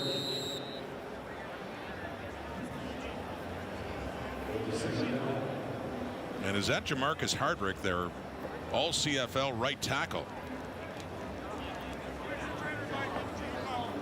They're going to get the training staff out and take a look, and meanwhile, Kate and her 3 bodyguards. Yeah. When it comes to the. Yeah. No, I'd say now, Kate, 3 ushers. 3 ushers. You and Gaynor, you know what I mean. Yeah. He proposed. The picture's up there. We'll hear all about that coming up, and awful to see this. Yeah, Jamarcus Hardrick, the top offensive lineman in the Canadian Football League in 2025, and needing some attention, still down late in this first half. Looks like they're checking out the knee or hamstring possibly, but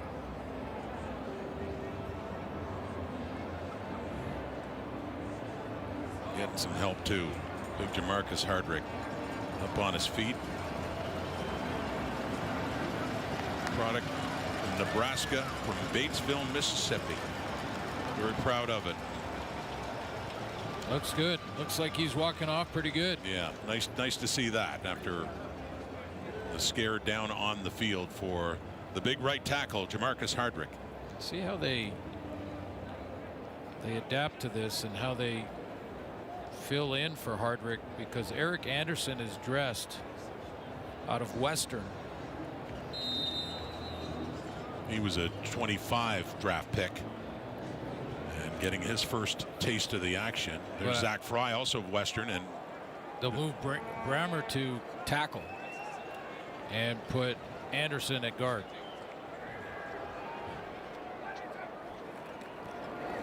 So back to work now late in the half, and breaking free is Ouellette with zeros on the clock, adding to his rushing total before halftime, and a Saskatchewan Rough Rider lead really propelled by those first 2 possessions for the green and white. Yeah, the Riders owned the first quarter without question, and Nathan Rourke, once he finally got back on the field in the second quarter, put some points on the board, and we've got a game at halftime, and now we got to figure out what's going on with the panel.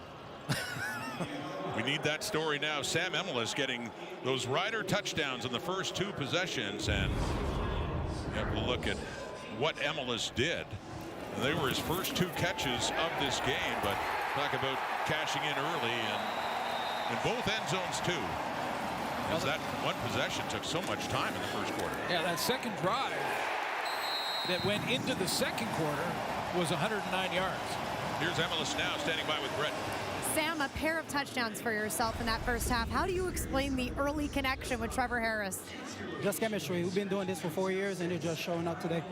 You talked about wanting to exceed expectations with this receiving core. You had some big plays in that first half. However, you can feel BC's defense starting to push back. What are you noticing from that group? I think it's more us. We let our foot off the pedal. It's about us coming back second half and do better. Thanks for this one, Sam. Thank you.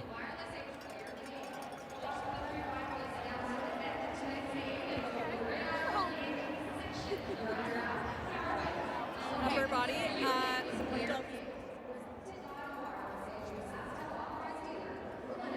alongside Enoch Mwamba, Davis Sanchez, and Milt Stiegel. And look, we've got these Rider fans right around us. They're pretty happy with the start to this team right now and how they performed in their banner-raising ceremony, currently up by 7 points.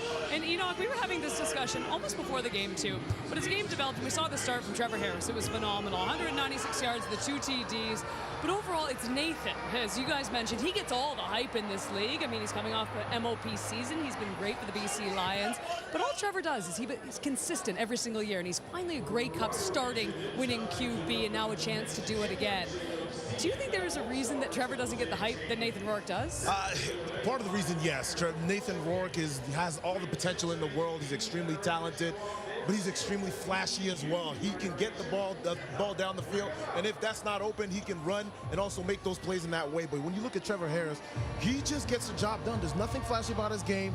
He doesn't necessarily have the strongest arm. He's not the fastest quarterback neither, but he gets the job done. And I think that Trevor Harris, yes, he might be one of the most underappreciated quarterbacks in the CFL.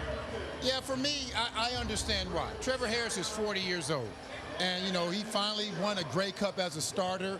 And you look at Nathan Rourke, he's 28. And his ceiling is so high. I don't think there's a player / quarterback, whatever you may want to say it, that has a ceiling as high as Nathan Rourke. And I think once he finally reaches that ceiling, it's going to be crazy. And I mentioned this off air. I said once he finally wins a Grey Cup, it's going to be an onslaught. I could see him winning 3, 4 in a row maybe. That's how high his ceiling is. But Trevor Harris is just getting it done, and he's 40 years old. People are saying he's at the end of his career. You know, he's way at the back end. Is this his last year, his next year? Whereas Nathan Rourke, he could play another 10, 11 years maybe and win 3 or 4 Grey Cups at least. So I understand why the hype is there, but Trevor Harris definitely deserves a lot more respect. And as you mentioned, he's not a flashy guy. He's not going to get on camera and talk about himself. And there's nothing wrong with guys who do that, but that's just not his MO. So there's a reason why he's disrespected so much. How many quarterbacks will be taken in front of Trevor? That's kind of, I mean, right now we understand. You said it, Enoch. You're talking about a quarterback that's 40 years old. So you're not going to, that's why I didn't have him ranked as high, because we're looking at a guy right now who's 40 years old. And I also, one of the things I look at, Trevor, is in a league like this with a wide field and with 3 downs, you kind of need to make plays off script. Now, Trevor gets the most of what his athletic ability is, which is he'll tell you right away. He's not a guy that's going to make plays with running with his legs. That's not what he does. But he will carve you. An example tonight. The BC Lions, I don't know if they have, we talked about this a bit, we'll talk about it later at other times, but does BC have the dogs on defense to play man coverage? I don't know if they do. So you play zone against Trevor, he's going to carve you. I'll pick you apart. So, I mean, I have a lot of quarterbacks over Trevor because he can't make the plays off script. Like most of the great quarterbacks, a lot of the great quarterbacks in this league historically have done that because of the wide field, because of the 3 downs. You make plays off script. Trevor can't really necessarily do that, and that's probably why. Well, let's go through the quarterbacks and say, would you take him over in the Grey Cup? Ottawa, Jake Mayer, would you pick him over Trevor? Yes. Okay, Alexander. Oh, hold on. No. I'm taking Trevor. Davis Alexander right now in the Grey Cup. Healthy Davis? Yes. Healthy. Yes. Davis? Yes. Davis. Taking Davis? Davis. Bo Levi Mitchell. Bo. Zach Collars. Zach. That one's a toss-up, yeah. Chad Kelly. Chad. I'd take Trevor. So right now he's rated like the what, 4th or 5th best quarterback in the league. Here's the elephant in the room. We don't like to talk about it. We try to pump things up, but the reality is in the CFL right now, the offensive linemen are often outmatched by the defensive linemen. That's just the reality That's the way of it. It is, okay? yeah. Whether it's the ratio, other reasons, the D linemen are simply better. In a big game, you have to have a quarterback that can make plays above the call. Now, Trevor's that dude, but I'm always going to take a guy that can make plays above the call. I totally agree with you. To your point, Trevor, everything has to go right for Trevor to be able to win the game like that. But I disagree with that. When you're talking about, I disagree with that. Can he play? Is he the type of quarterback that makes plays off script? That man won a Grey Cup last year. He did enough. He won a Grey Cup last year. I said he's underappreciated. Yes. I'm saying though, Trevor Harris, one of the reasons why he's forgotten is because he doesn't often just take the game over when he needs to be taking it over, when it needs to be done. He's executing. He doesn't take it over. Yeah. He executes when the game is on the line. Does he take the game over?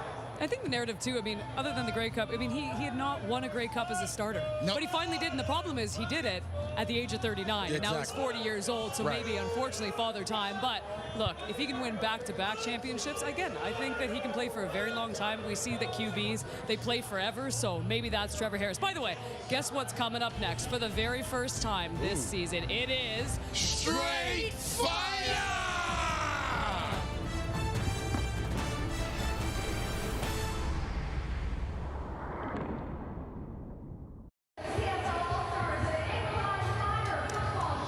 let's recap your week number 2 scoreboard. The Hamilton Tiger Cats kick things off with the big win over the Winnipeg Blue Bombers, 37-27. Your final little Friday night football action. It was the return of Chad Kelly, but it came up just short. Davis Alexander of the Montreal Alouettes winning that one by a touchdown. As we said before, this is the first time this season. What better place to do it than at Mosaic Stadium, where the fans get to say, Straight Fire! Yes! Oh, I love it. I love this. Fan interaction on Straight Fire. Let us kick things off in a brilliant play to kick things off. Now, this was last November, Vancouver College with 18 seconds left to hand Mario Schmidt, and he makes it through some tacklers, and he takes it 80 yards to win the Grade 8 championship in BC. What a walk-off this play is. And by the way, this happened just after the Grey Cup, so maybe a little bit of inspiration. Do you know what we call that? Straight Fire! Let's go to Ontario. U12 Guelph Soldiers. Flag football in Ontario. Game is on the line. Elliott Dunk to Reed Decker for the game. Look at that touchdown. Ooh, 1 foot in and turns his body, catches it. That is Straight Fire! Here we go. U18 football in Ontario. The Waterloo Warriors returner Lex Rigo takes the missed field goal return from the back of the end zone. Makes 1 miss, makes 2 miss, shrugs off a few others. He's still going. Don't get hawked by the kicker. Don't get hawked by the kicker. Lex. He's still going. He's still going. That's a heck of a return from the back of the end zone. That right there, ladies and gentlemen, is Straight Fire! U16 Ontario football. Watch this catch by Noah Craft with the swing pass. Hangs on to it, taps him to himself. And you know what else makes that catch so spectacular? He has on some big linebacker shoulder pass, but he's still able to catch it and take it in. And you know what that is right there? Straight Fire! You have to admit, that was the best episode of Straight Fire we have ever put together. Thank you to the fans here at Mosaic Stadium. And don't forget, you can send your videos Straight Fire at bellmedia.ca. One more time, everyone. Ready? 1, 2, 3. Straight Fire!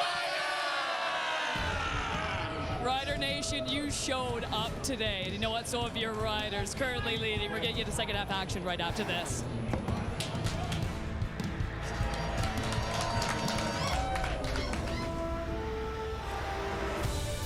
Halftime at Mosaic, and while the Riders still have the better numbers, including the scoreboard, the Lions in that second quarter starting to close the gap. It was a big test for their defense, including one of their newest additions, Darnell Sankey, standing by with Brett. Darnell, not only does it feel good probably to be back playing football for another season, but how does it feel for you to be a BC Lion now? Oh, it feels amazing. You know, I'm just happy to be in an organization that respects me and loves me, and yeah, I'm just excited. I'm blessed. I'm very fortunate. A veteran in this league, what are you telling your defense right now?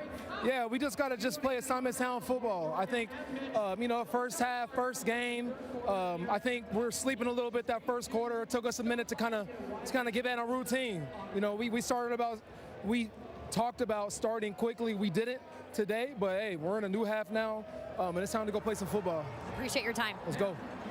Darnell Sankey, Grey Cup champion with Montreal 3 years ago. His last game with the Alouettes against the Saskatchewan Roughriders in the Grey Cup last November. So it's a 7-point difference. But BC, as mentioned, showing some flashes in the second quarter, and they'll get the ball to start this second half. The kick coming up here from Hale, the new Rider kicker. Stanley Berryhill with 7 McGee injured. Xander Horvath joining him back for the kick. And it's Berryhill to take it at the 12. Up across the 30 and the 35 as he gets tackled there by, among others, DeMarcus Field. To look at Nathan Rourke's first half. Well, the problem for Rourke in the first half was he really didn't get the ball in the first quarter. Just 6 plays run offensively for the BC Lions in the first quarter. That's because of the long drives, 2 of them from Trevor Harris and the Sask offense. But in that second quarter, got going, ran it in with the help from his friends, and closed it to a 1-possession game. Yeah, to your point about time of possession, they had 4 drives. They scored on half of them. They have a field goal and a touchdown to account. This is his drive number 5 starting now. Look at those numbers by Rourke, 13 of 20, 172. Here we go. 7-point difference. Second half begins. And faking the handoff, rolling to the right, and a little low, right around the first down marker intended there for Justin McInnes. Incomplete. I just wonder if Justin McInnes is feeling like he made the catch there.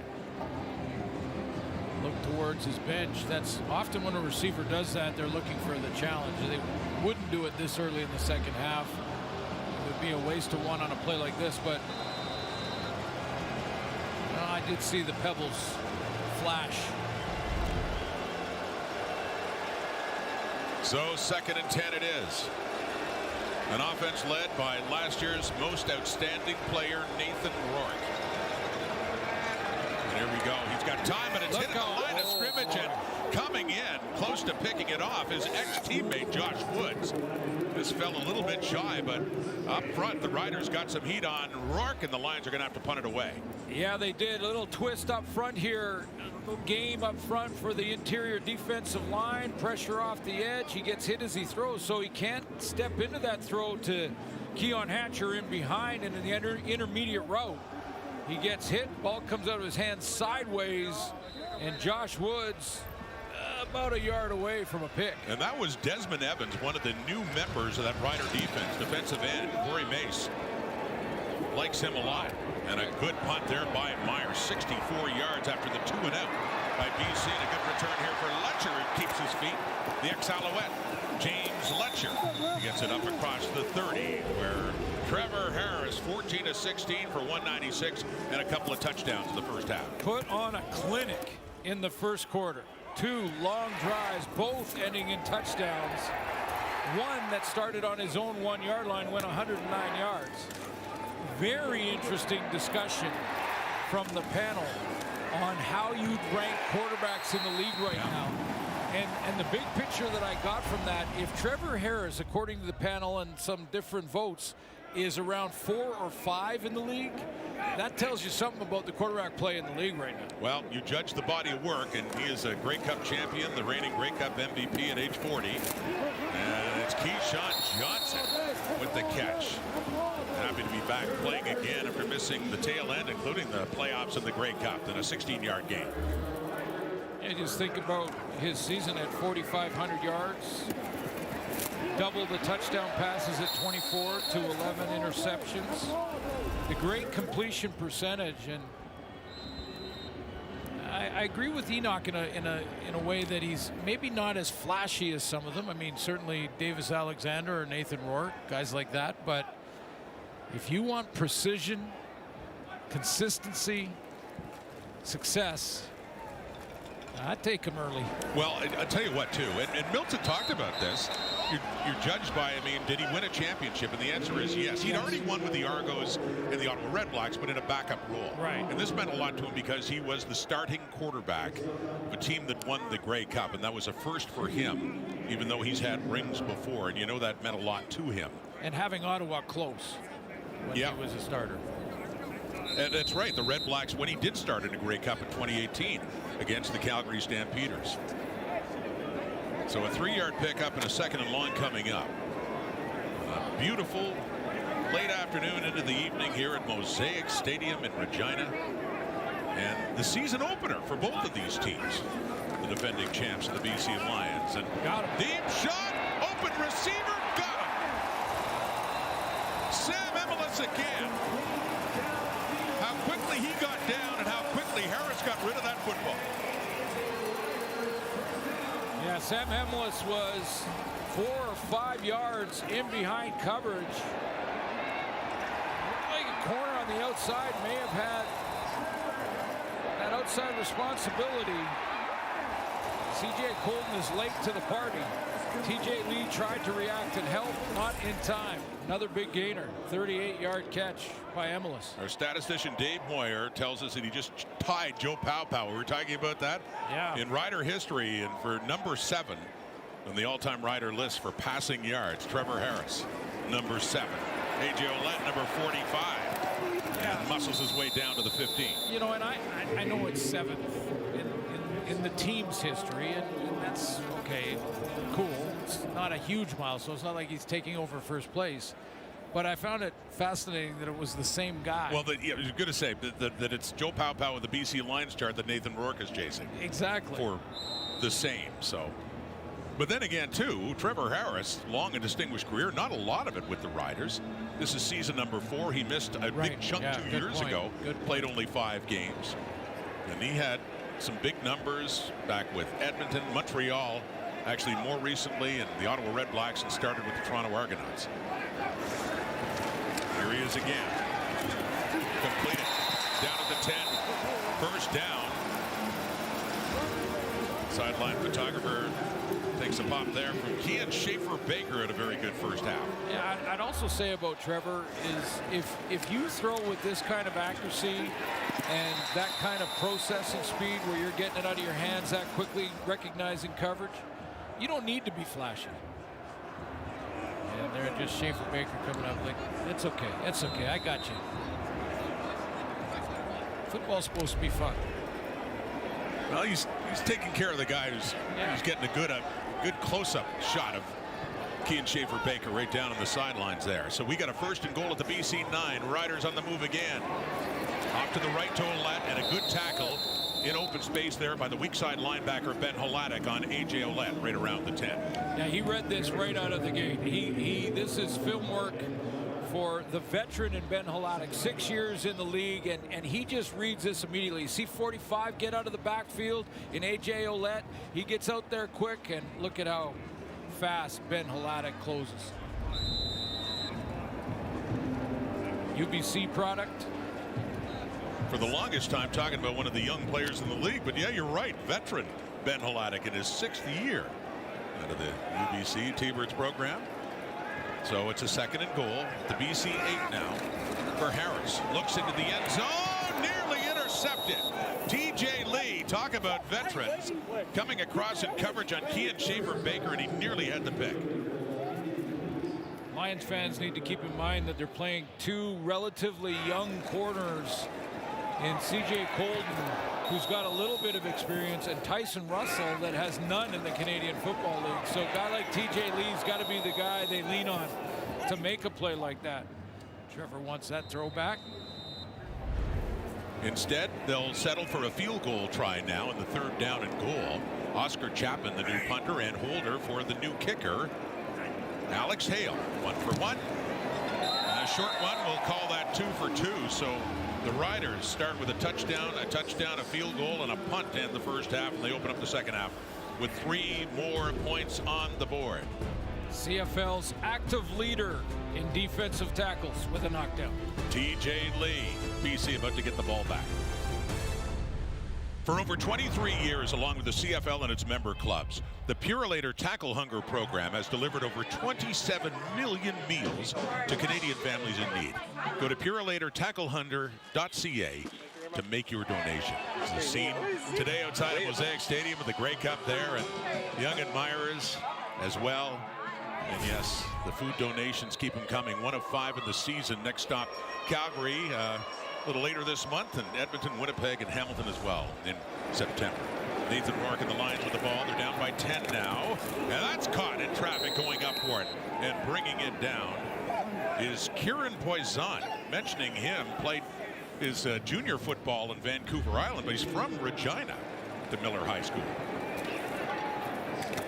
Tough catch, good concentration, and hit pretty hard there from Marcus Sales. Bit of a face mask that he may have got away with.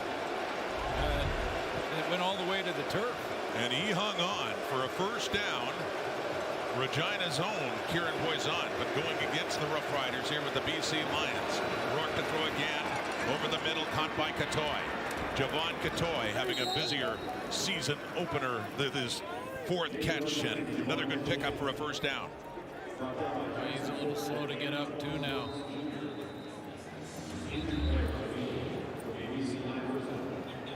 Early injury to Seven McGee, who was going to play a ton of offense here tonight and this season. That's why Poisson is in the game playing in that spot. And now receiver, another one, is injured, and Javon Catoy, who caught the ball but is still down. We'll be back in a moment. Javon Catoy hit a career high in touchdown catches in 25 with 6, and was over halfway to 1,000 yards with 78 targets. And that's the play that he just limped off. Looked like he put some pressure on the leg, so the Lions and their fans hoping he gets back in the lineup, because they're going to go with 2 backs. They're running out of receivers. Already with Seven McGee out and Katoy out for now after his 4th catch of the game. And Rourke is to pass, and he has time, and it's underneath, and it's caught, and it's a first down. Top target a year ago, Keon Hatcher with a late flag coming out after Hatcher picked it up for the first down.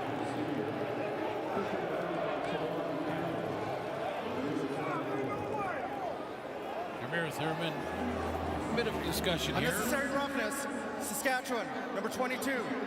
Full 15 yards, first down. DeMarcus Fields. Hatcher comes all the way across the field. It'll roll to his right for Nathan Rourke, and he's going to throw it back all the way across. And was Keon Hatcher out of bounds when he got hit by DeMarcus Fields here? That extra push is the penalty to put it half the distance to the goal line. So with that pickup at 25 yards and the penalty as well, big net gain for the BC Lions to put them all the way down to the Saskatchewan 3. It's a 1st and goal. And again, the Lions with an opportunity to really close the gap. They're down by 10. Rourke on that 1st and goal, handing off to Butler. 3, 2, 1, touchdown Lions. BC with another major score.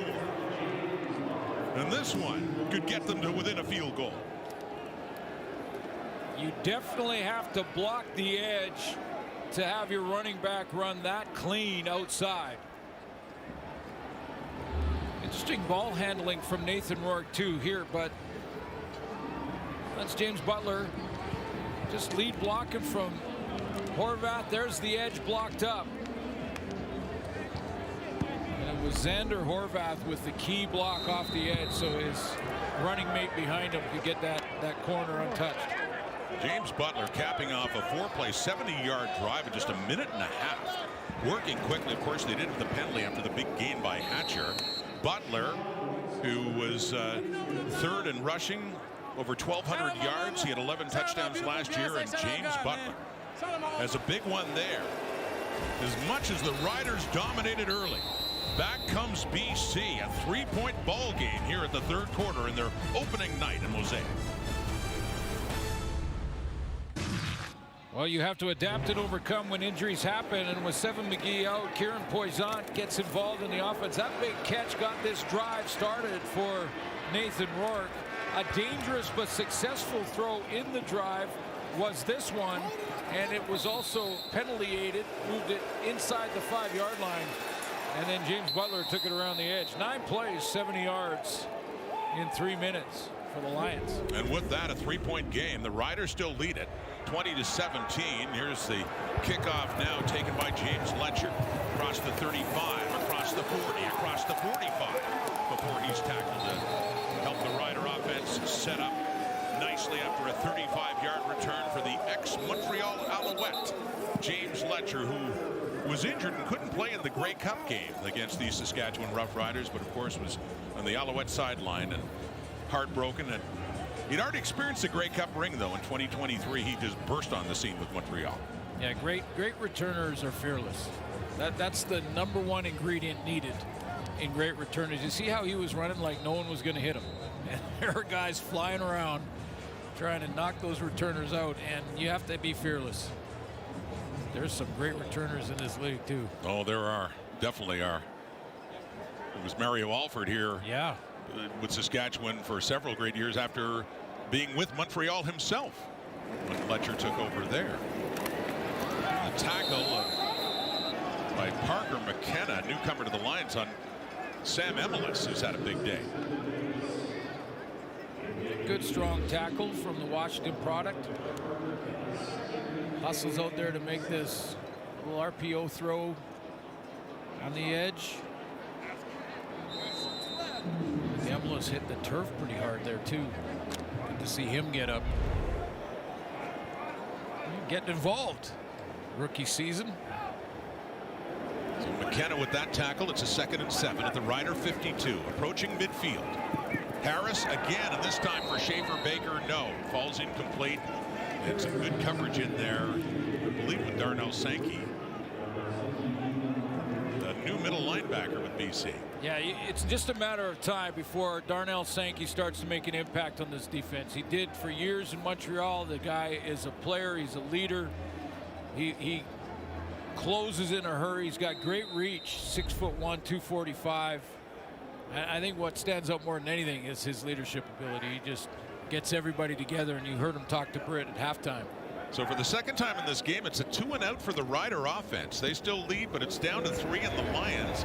With Stanley Berryhill about to get the ball back just inside the 15. Berryhill on the returns after the early injury to Seven McGee. He'll stay on. Big part of their offense as well for Nathan Rourke. 2017, 3rd quarter, Saskatchewan leads. Not only the Lions' leading receiver last year, he led the whole CFL, and he leads in other ways too, Britt Dort. Absolutely, Rod. If you watched any of the BC Lions social media this week, you will see a post, Keon Coach Hatcher. He said sometimes the coaches actually call him Coach Hatch because of the leader that he is. You mentioned how he led in receiving yards. I asked him about the success of that season, and he said, I don't want that to just be a one-off. I don't want anybody else to think that's a one-off. I want to be even more successful this year. He re-signed in BC. He said, because I can't picture myself in any other color but orange. Maybe now silver, guys. Yeah, prominent silver now in the Pacific Frost, Britt. You're right, but yeah, what a contribution he's made. And you know, the way this game is going makes me think back to when the Lions trailed in the West Final last year by 7. Yeah. Rourke found Hatcher alone in the end zone. Rourke later scored. They took the lead before the dramatic Rider comeback. Are we in store for something like this now? It was hard to imagine back in the 1st quarter, but here comes BC. Little play fake and setting up a screen. It gets knocked away. Mike Rose, really the veteran, even his 2nd year with the Riders. And oh, what do we have here? the engagement party continued there, I see. Oh, fake inside on the handoff, and Mike Rose noticed the screen, widen, got his hand on it, and there's the Roses and Gaynor, and I think the rest of the guys in the league, I think it's over. I think that's it. Yeah. Start making some plans. Kate Burness, Gaynor the Gopher, pressure by the Riders, and Rourke running around, can't get away. You never doubt him, because he's been able to squirt loose at other times, but not that time. He is taken down, and Desmond Evans. Yes, talking about all that change in the Rider defensive line, quite a bit of it, and they're counting on him, 98, to be a key addition to this team. Well, I watched the preseason game up in Saskatoon when they played the Winnipeg Blue Bombers in the preseason. It was a tremendous event to be up there, and Desmond Evans was all over the field. He ended up in that game with a couple of tackles and 1 sack, but it just seemed like every offensive play for Winnipeg, he was around the football. Corey Mace raved about him. Spent some time with the Tennessee Titans. Latest college ball at North Carolina. Flag is out of the punt by Meyer to Letcher at the 40. And more good field position, it would appear, coming up here for Saskatchewan. Couple of flags now out. One coming up afterwards, close to midfield. Some stuff for Justin McInnes, the referee, and the officiating staff to sort out. Well, that was 3rd and 15, so I wonder what this penalty is. They're talking to the Lions. While I wait, I'll tell you, Suits, the global phenomenon is back for a thrilling new season, and the war for the Iron Throne's about to ignite. HBO's House of the Dragon streams June 21st, only on Crave. Discussing this with BC, which would indicate it's against the Riders. Too many players, Saskatchewan. It's a 10-yard penalty. We'll repeat 3rd down. But because of the sack, it was 3rd and 15. The 10-yard penalty only gets some, but allows it's a re-kick. I'll just let you count on your own. Yeah, you're not going to telestrate this, are you? I'm not going to telestrate. You're not going to. No. It's a kind of a bunch in there, but yeah. that flag came out real early, so they had them all counted up. And no one in this province wants to talk about 13 men on the field. They'll talk about the 13th man in the stands. Right. That's a big part of it. I think they're also talking about that new romance here at Mosaic. Yeah, that's... So, he wears number 13. To get the punt away, Meyer, they were looking for better field position, accepting that penalty. 44-yard punt. And Letcher still fighting his way. So the ball comes out, but it's whistled down.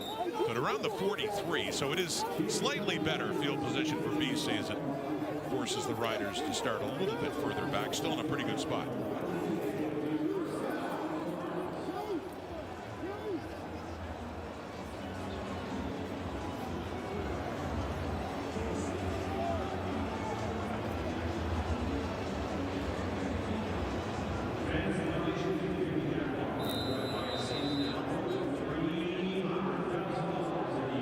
Mike Benavides, former head coach at one point with the BC Lions and back with the organization for several seasons now as their defensive coordinator, had been special teams coordinator before that. But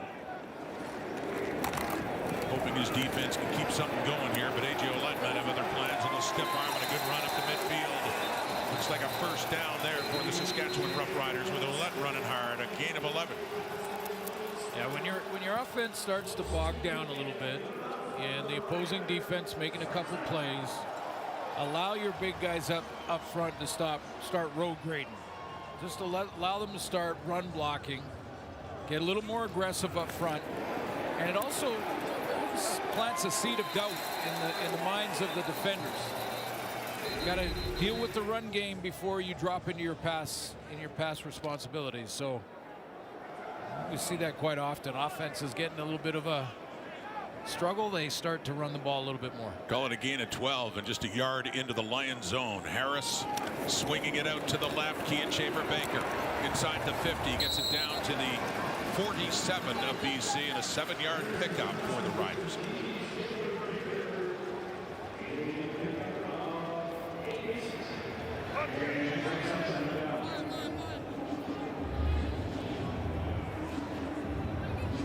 He's going to drop right out of there. Basically 4 receivers wide to the field, and 3 of them, their job is to block for Schaefer-Baker on this. Mentioning all the injuries they had to the receiving corps last year, testing the depth. Schaefer-Baker only played in 5 games. Yeah. Had 15 catches for 177 the entire season. He's having a very good opener here. And it continues inside the 40. Kian Schaefer-Baker. What a game he's having. Product of University of Guelph in his 6th season. 2nd and 5 or less, and maybe you would rank Trevor Harris even higher in the whole quarterback ranking system, because you get him at 2nd and 3 or 4, he can take all those underneath throws, get the ball out of his hands quickly, and go to the run game if he wants to. The playbook is open on 2nd and 3rd.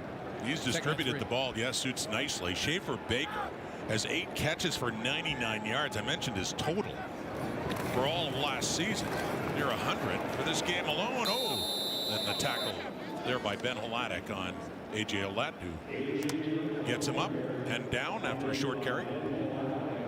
First guy to go talk to Hladek after that tackle was Darnell Sankey. And this is what I mean about sometimes it's the subtle things. It's Ben Hladek who's probably admired Darnell Sankey's game from a distance. And then he comes in and makes a tackle on the run play, and Sankey comes over right away and goes, nice job, nice job. And when that happens from a veteran, it means a lot. Very widely respected middle linebacker in the Canadian Football League, and Darnell Sankey. 2nd and 8, line 34. There's Del Duncan Busby. He gets a touch. Ball comes out. A flag comes out as well. The Lions say they have it. To sort that out. No, Duncan Busby's up with the football, but as mentioned, they got a flag to sort out too. There are 2 receiver blocks down the field on this play that are outstanding. Duncan Busby has a chance to get to the marker because of the 2 blocks from his teammates. Let's see what the penalty is. Watch the blocking downfield when he get over here. Sam Emilus was one of them. Holding, Saskatchewan, number 19. It's 10-yard penalty. Repeat second down. It looked like he was locked up so well that there was no way that defensive back was going to make a tackle, but refs saw a different angle and saw him actual holding. And you saw the ball coming out. It looked like before Duncan Busby was down, but he was the one that recovered it. Moot point anyway. As it turns out now with the penalty, they are back close to the BC 44 and a second down and 18 after that hold.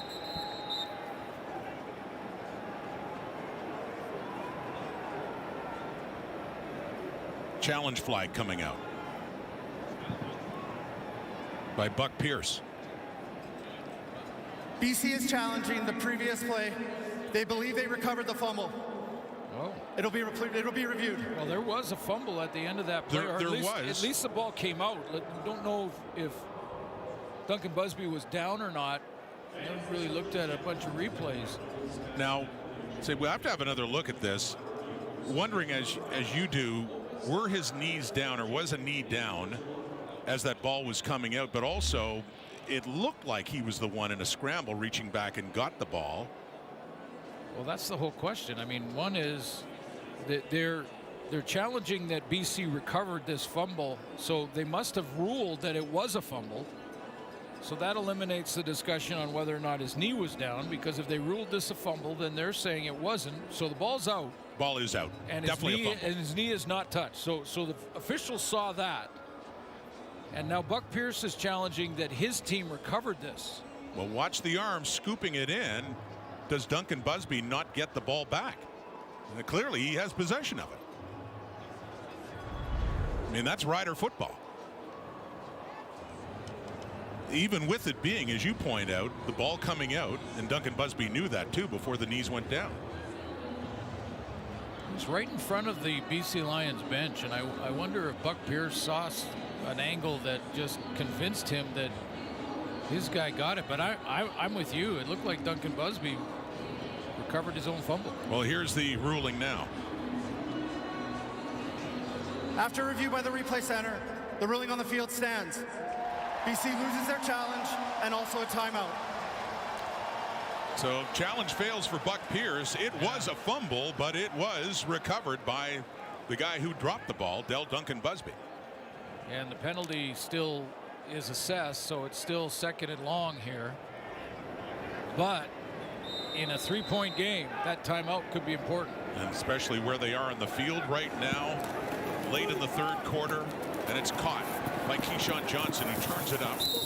And not nearly enough for a first down, but he gets it down to the 35. 3 seconds to go. Field goal range. Keyshawn Johnson, as mentioned, was the leading receiver on the team, but suffered a knee injury October the 10th and was done the rest of the way, was not able to help the Riders in the West Final or in the Grey Cup, and slowly getting off right at the sideline after this catch.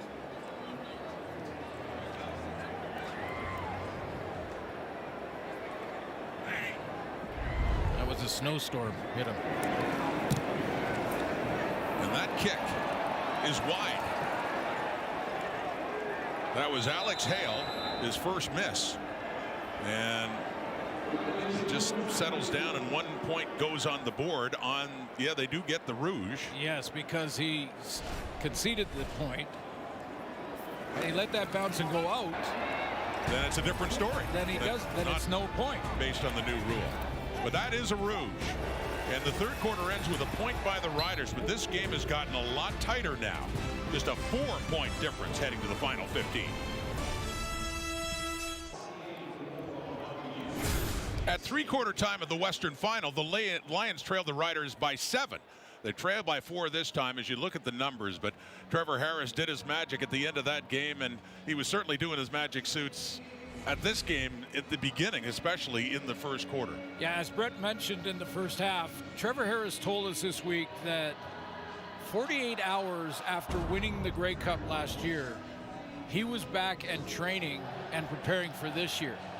2-3 hours before anybody arrived at the stadium, he was the only guy out there visualizing what he would see from the BC defense in this game tonight, and has been locked in.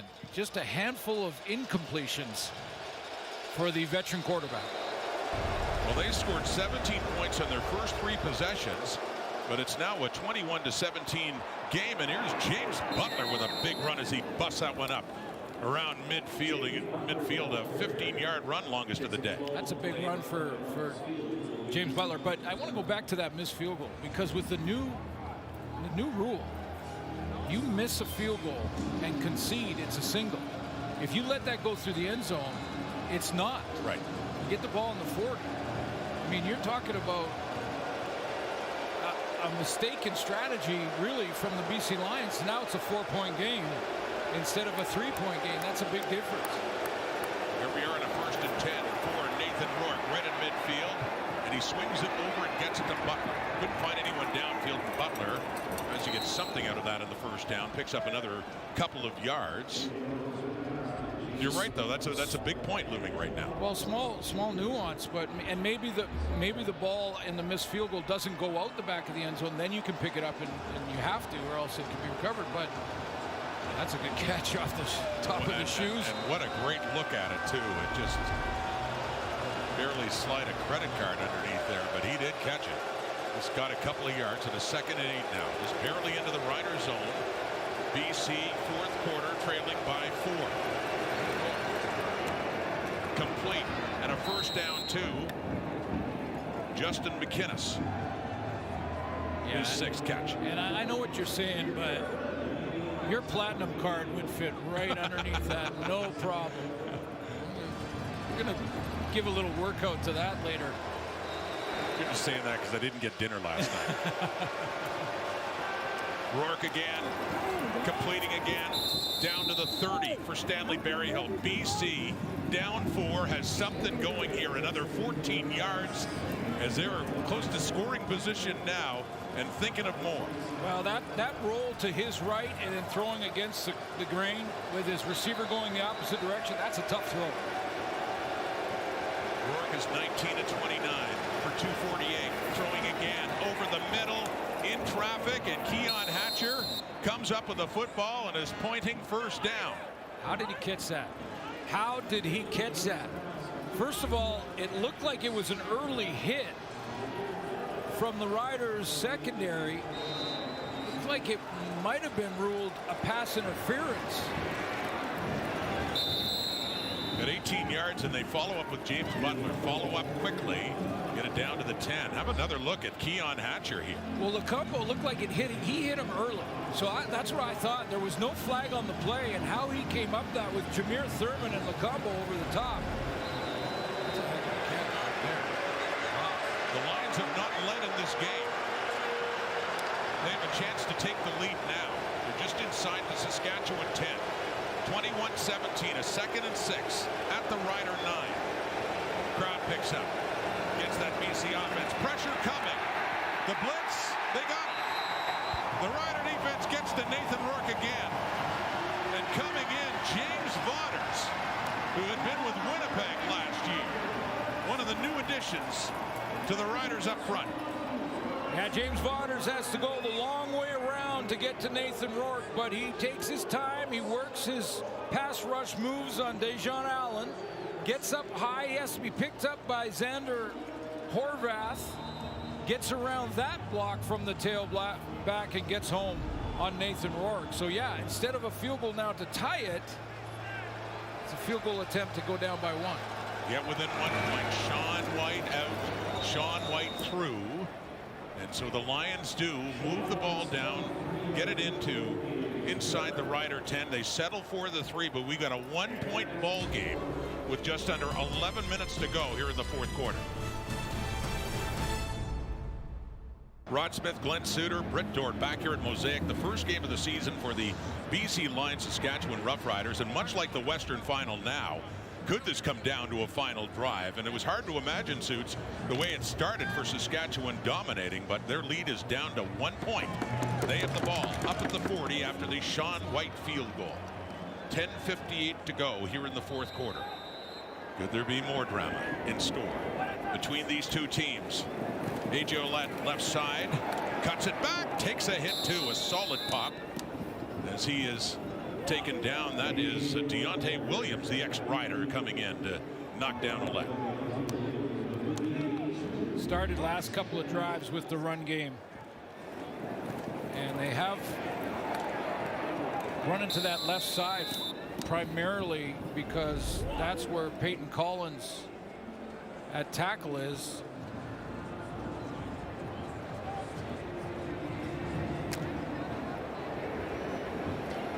They do have Jamarcus Hardrick back in the lineup at right tackle. I'm just not sure if he's 100% right now. 12 for 18. Second down conversions, and they convert there in a big way. Schaefer Baker's big night continues. Well over 100 yards receiving, and a huge first down for the Saskatchewan Roughriders, and Trevor Harris, for the 56th time in his career, has thrown for over 300. And by the way, Jamarcus Hardrick is back, and he looks fine, and he blocks Matthew Betts off the edge here to the right of your screen. That gives Trevor Harris a window and a chance to throw it, and he finds Schaefer Baker. What a night for 89. Kean Schaefer Baker has 151 yards receiving. He had 177 all season last year in 5 games. What a debut. Targeted 11 times, 9 catches, that 151. Riders suddenly in business. A.J. Ouellette, a short pickup.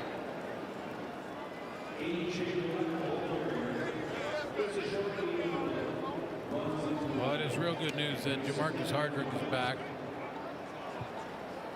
Trevor Harris, with that offensive line back intact, has just gone over 300 yards passing on the night, and poised to put some more points on the board. In the red zone for the 4th time. They're 2 for 3 coming into this. And they need this too, the way BC's been stealing momentum back. It's Harris again, standing at his 20 and into the end zone, nearly picked. He looked for Keyshawn Johnson, and it was Ronald Kent Jr. who had a chance at that ball. Remember, Keyshawn Johnson limped off as well. So good news for Rider fans. He's back and healthy, but this was just an overthrow by 7. And Ronald Kent was surprised by it. He was breaking on the receiver in Keyshawn Johnson. Then, oh, that's how not even the BC Lion DBs think that Trevor Harris is going to miss like that. Kent likely shocked, that he even had an opportunity for that ball, and just a little bit in behind as he was coming over, but had a shot at it. So instead, Alex Hale, who missed his last field goal try, gets another one here. 22-yard kick for Hale, the new kicker of the Roughriders, and that one is good. And 3 big points answered back by the Riders to once again make it a 4-point game, thanks in big part to this big play. Kean Schaefer Baker having a big night. Another big change for the Rider defense in the offseason was the loss of Micah Johnson to retirement, but they do get all that wisdom and experience as he's the new Rider defensive line coach since. Yeah, in our Zoom call with Corey Mace, we were talking about Micah Johnson as a coach. He said the guy is amazing. It's how much of a student of the game he has been. And at that same very time, he walked into the room asking Coach Mace a couple of questions. Hey, Coach, how you want to do this? And I thought, wow, he's on top of it. Those two are close, going back to the Calgary days when they were teammates, and later Corey Mace was his coach then. Nathan Rourke is hauled down. Desmond Evans, a flag comes out. There was already a flag out with a snap of the ball, and Evans, you can see his hand get up around the face mask of Nathan Rourke. So that's what they hope is going to replace the pressure from a Micah Johnson and a Malik Carney. They're hoping to, it looked like there might have been offside here. We'll see what the penalties are, but they're hoping that it's a Desmond Evans and James Vaughters off the edge. Mike Rose is a veteran. And Micah Johnson, now I guarantee you they had to get a quadruple XL coaching sweatsuit. There are 2 fouls on the previous play. We have offside, BC. Roughing the passer against Saskatchewan, number 98. We'll go up 10 yards and an automatic first down. Not only Micah Johnson, I think there are a few others in this building that don't like that call. Yeah, I'm not sure about it either. Unless it was a face masker up around the head area, it looked like he just pulled him down. Evans, and they're replaying it here in the building, and you can hear the reaction. Let's take a look. Well, the hand is on the mask there initially. It's a face mask.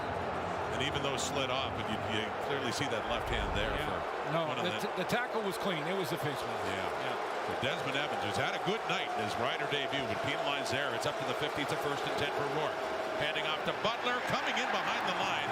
A nice tackle there by Antoine Brooks, the nickel linebacker, coming in to take him down. Another flag is out. BC's got another issue. One more flag on the field. I believe it's going against the Lions. Procedure, no end. BC. Penalty is declined. 2nd down. Corey Mays will decline that. Keep him in, rather than go 1st and 15, keep him in 2nd and basically 11. By the way, like Micah could just jump right back in there in the key situation. One of the strongest guys that the CFL has ever seen. And now he has to just watch as a coach on the sideline. In the 2nd and 11 now for Nathan Rourke and the BC Lions, trailing by 4 halfway through this 4th quarter. Rourke steps up, deep throws, got it! Great catch by Justin McInnes, all the way down to the Rider 20, just inside. And over 100 yards for McInnes.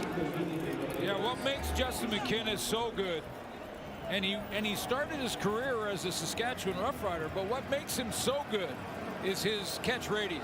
I mean, that ball's on the outside shoulder. He's got the long arms. Take a look. He'll show you when he signals the 1st down how long they are. They spotted back at the 21 and a 1st and 10 after a 39-yard pickup. So a quick throw again, this time to Keon Hatcher inside the 15. Boy, this feels like the West Final. It is starting to. As said, the 4th quarter began with the Lions down 7. They scored 2 touchdowns to take a 7-point lead. Ultimately, the Riders, after a field goal, needed a touchdown to win it, which they did. Here's Rourke. Breaking through again, Nathan Rourke takes a hit down around the 6. And that was Jameer Thurman, the middle linebacker, the one to hit Rourke, but we've seen his ability to run the ball again in this game. What a tackle by Jameer Thurman to make this play against a real tough quarterback to bring down in the open field. And Jameer Thurman told us this week, said, you know, everybody's making predictions about the Lions and a lot of other teams. No one's saying that we're going to be repeating as champions. Believe me, we hear all that. Bit of a chip there. There was, clearly, he felt the defending champs a little disrespected by the prognosticators. Won a Grey Cup with the Calgary Stampeders back in 2018. So here we go, 1st and goal. Butler to the 3, to the 2. Butler, they try to force him to break the play to the goal line, and they get awfully close with a 2nd and goal coming up.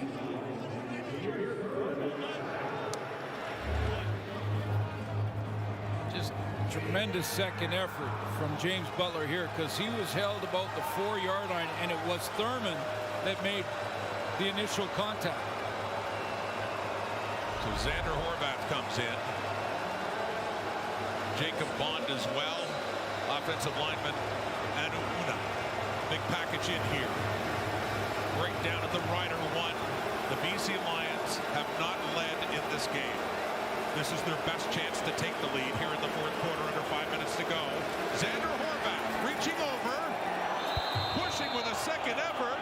Does he break the plane? Waiting for the signal, and we don't get one yet.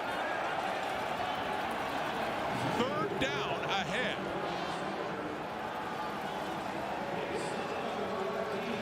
Xander Horvath is a tailback, and he was reluctant to reach the ball over the goal line. He didn't want to do that in case someone from the Riders defense would slap it out of his hands. And I don't think he got there from this push. That is so close. He's clearly, it's the ball that has to break the plane. Exactly. That's the difference. I don't think the ball got across that plane. It looked like the helmet did, but not the ball. There we go. Touchdown or bust for the BC Lions. Nathan Rourke is back in at quarterback. Will they take the lead? Handing off to Butler. Touchdown. Lions on top. As Butler does it again. And maybe a little example of the difference between a veteran tailback and a good young prospect who's going to be excellent in Xander Horvath, who took that one, was reluctant to reach across and got pushed back. No reluctance here from James Butler. He's out reaching with that football to get it across the plane, and the Lions take the lead for the very first time in this game. Well, in the Western Final, there were more lead changes. That's the first with BC moving on top. But yeah, you flash back to November and how close and how dramatic it was. And boy, the stage is set now with 3:41 on the clock and counting here at a 26-24 BC lead, pending the extra point for Sean White to go up a field goal. And they do.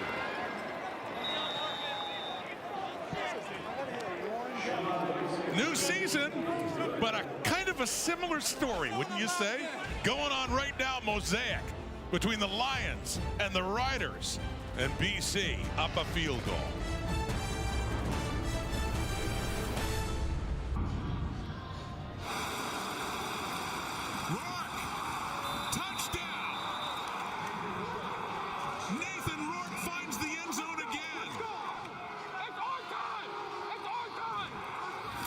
That was last year in the Western Final. Nathan Rourke and the Lions took the lead. Trevor Harris and the Riders came back and dramatically won it.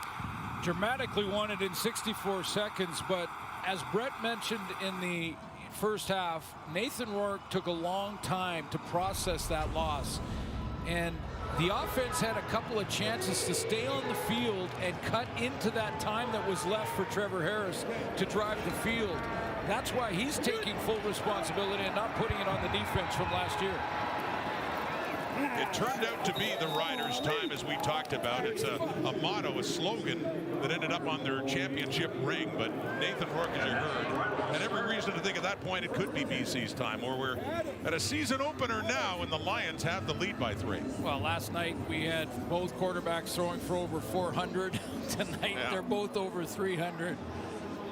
Yeah, there's some great quarterback play early in this season. Now, what does Trevor Harris have? Well, and where this game really differs from that West Final last November is the way it started tonight with Saskatchewan on fire. Harris in that offense tore down 2 possessions, 2 touchdowns. Saskatchewan.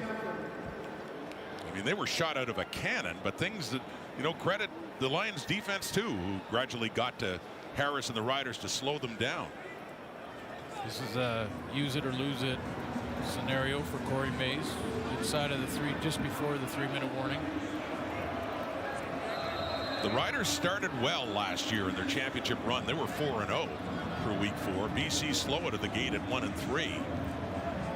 For Corey Mason, his second year last year as the head coach here in Saskatchewan. Well, 12 wins won the West last year. Yeah. And I would suggest that this year it might be 11 that wins. It's so tight. A lot of parity in this division now. Absolutely.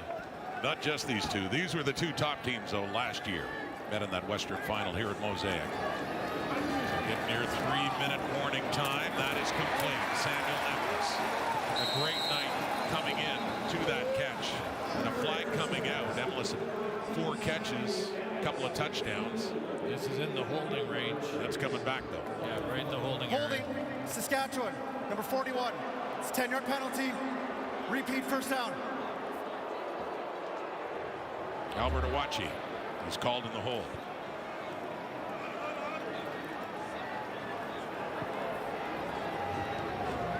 Oh, yeah.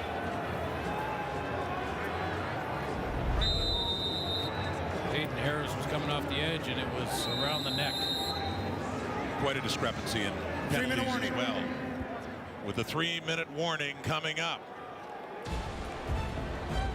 27-24 BC. Can the Lions hang on this time?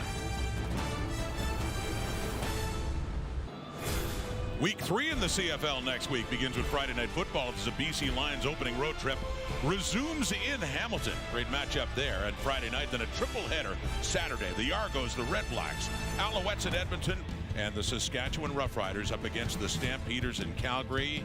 4 games next week, week 3, the CFL on TSN. And there's a very happy Gopher right now. Yeah. Had a great news day. He's paired up with Kate Burness. Here's Trevor Harris. And a bit far, intended for A.J. Olad, who, like, for a moment, he wanted a call there, but falls incomplete. I think Trevor Harris would like Corey Mace to challenge that. He thought that his tailback, did he reach for the flag? Reach down that way. It's down on the turf. There's a challenge by Corey Mace. He's talking about it. Yeah. And that attempt from Trevor Harris to A.J. Olad. Have a look. A.J. Olet's coming out of the backfield. It's way past the contact zone, that's for sure. Saskatchewan is challenging the previous play for defensive pass interference. Play will be reviewed. Trevor Harris ran over immediately and got the attention of the coach. He looked at the replay on the big screen here in the stadium. The challenge and the contact made downfield. Yeah, too far down the field.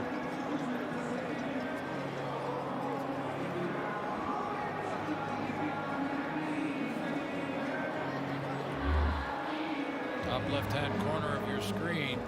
Number 45 gets jammed and basically stopped. Now, I guess the question, what they're looking at here is, was the ball out of his hands? But that's still contact way down the field. Now, you can't challenge illegal contact. You can only challenge pass interference. And that's Ben Hladek, the Lions linebacker, who made the contact with A.J. Olad. So the replay center has a look here, and everything's getting more critical now, of course, under 3 minutes to go in a 3-point game. Was the ball in the air? Because he was the intended target.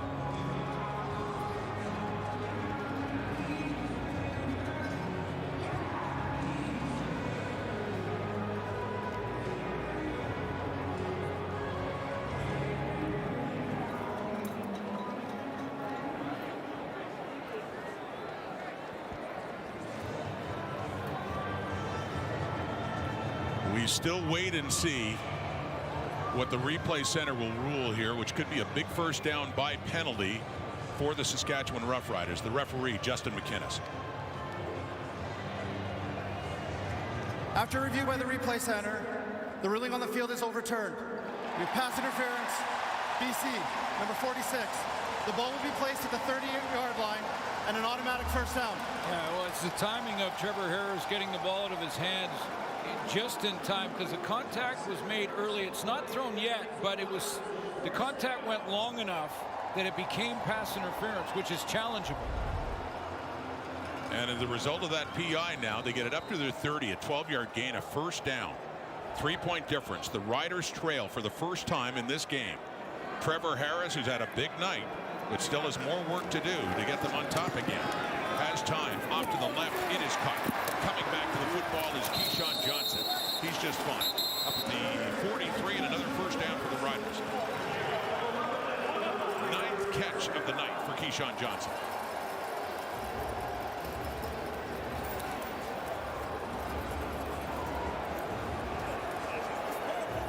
Big penalty to kickstart this drive for Trevor Harris in this offense.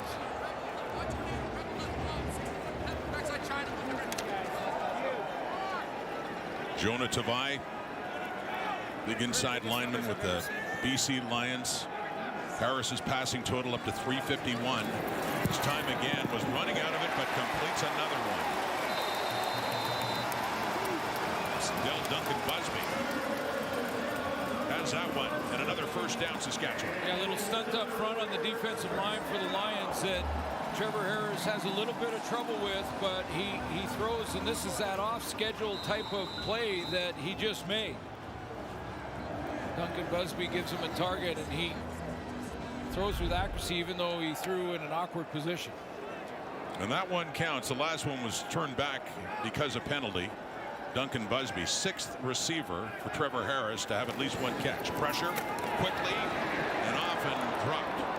Intended there for Johnson and the coverage by one of the newcomers to that Lions defense. That's Tyson Russell. Yeah, Gary Peters is injured and actually on the 6th game. So they had to play the rookie who's had a great training camp, Tyson Russell, but he is young, playing that corner. That's a nice play to react with the timing to not get that pass interference call. What a big 2nd down and 10 coming up here now. Approaching midfield, pressure again, and underneath it is caught by Schaefer Baker, who has it close to the 1st down marker. What a great night for Schaefer Baker, as at the very least this would be 3rd and short. See where they spot the football. Similar catch radius to Justin McInnes, and he had to go up and get that one in traffic. Ronald Kent is right there in coverage, and this extra stretch here gets him to 1 yard short of the 1st down marker. Just 1 yard. With Tommy Stevens in, their short yardage quarterback. See, 3rd and 1. This I like. He's used to these scenarios. Saskatchewan and Calgary before, and with that big, tall frame, Tommy Stevens leads across for 1st down. Not your starting quarterback in short yardage, but a quarterback that can get you that extra 1 or 2. Tommy Stevens averages 3.5 yards and did last year, when most of the time he was in to get 1, he got 3.5. So, and plus, this is the other thing. The defender has to, with a quarterback in there, the defender has to think he could throw it. That may be hesitation by a split second. So 152. Could all this be happening again? Here comes Saskatchewan. 9th play of the drive.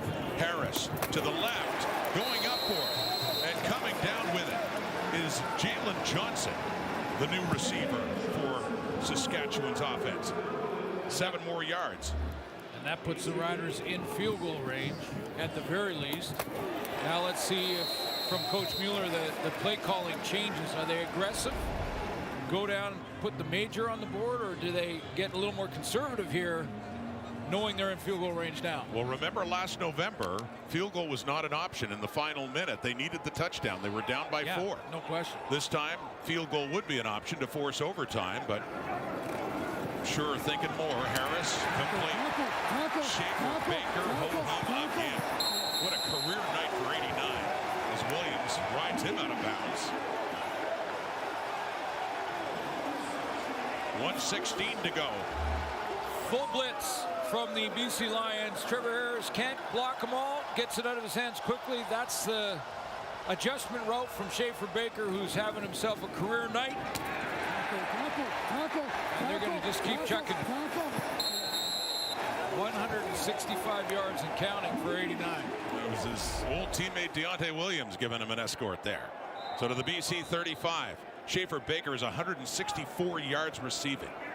Close to matching what he had all of last season in 5 games. Pressure coming. Harris quickly away. And it's caught again by Emelis. Doesn't have as many catches as Schaefer Baker, but he's got some big ones. A couple for a touchdown, and that one that sets him up at 1st and goal.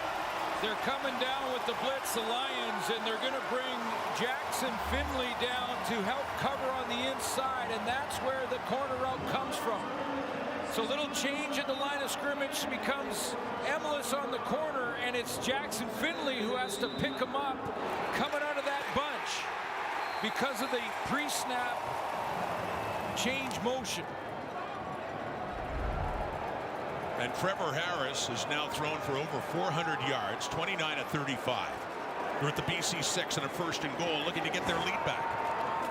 Under a minute to go. A look to the end zone. Touchdown again. Emelis.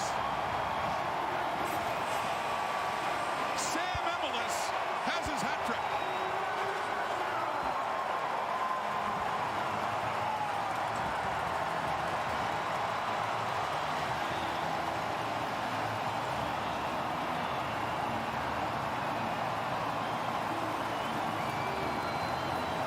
Again, pressure coming.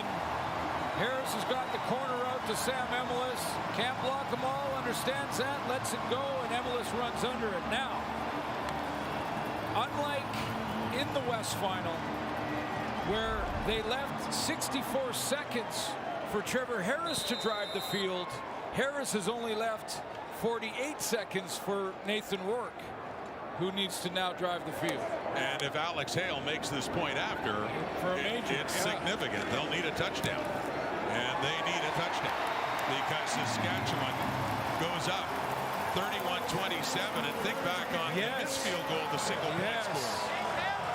That missed field goal that was conceded in a relaxed manner. It was like, I'm just going to give up the point here. Not knowing that with the rule change, had that missed field goal hit the turf and bounced out, there would have been no point awarded. So that was a mistake by the Lions on a missed field goal by Saskatchewan that has now means that Rourke has to drive the field in about 40 seconds for a major. And what you're saying is the Rouge can still very much be a factor in the CFL. Well, teams are going to have their moments when they're trying to figure out the nuance of the rule change. And, you know, the 35-second clock and those changes haven't really been a factor that they had to think about because the last 3 minutes are the same. But that Rouge rule change is something that they have to really consider. Kickers now have to keep it in bounds rather than kicking it through the end zone. And we've seen so far this young season a couple of returners making a wise decision to let it go in, knowing it was going to go out of bounds. And then no points awarded, they get to start at the 40. So BC. So the Riders have to keep this in play. They don't want to kick it through. And that's a long way, but. Well, here's Hale driving it towards Berryhill at about the 12. 48 seconds and now counting down. Stanley Berryhill hit hard.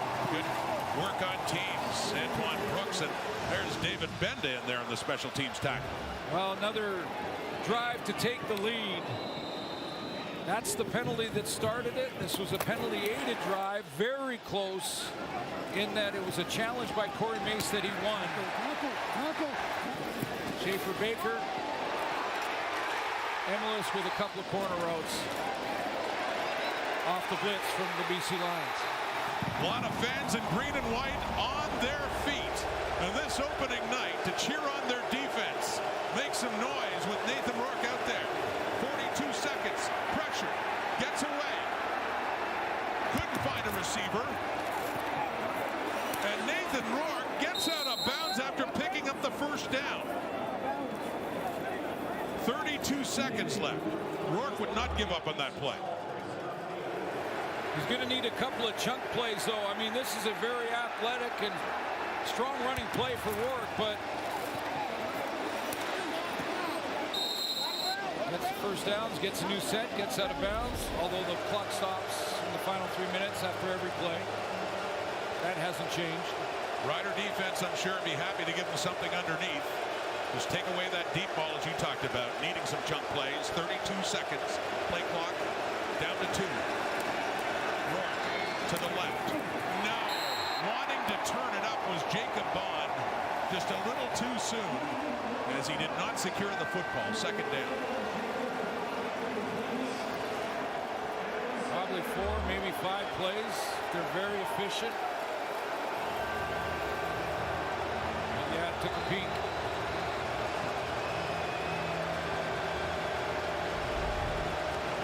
28 seconds. 31-27 Saskatchewan. BC needs a touchdown.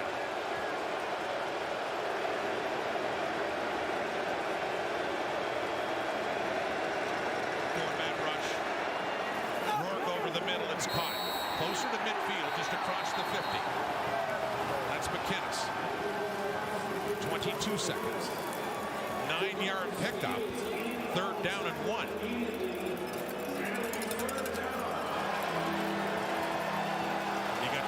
Seconds.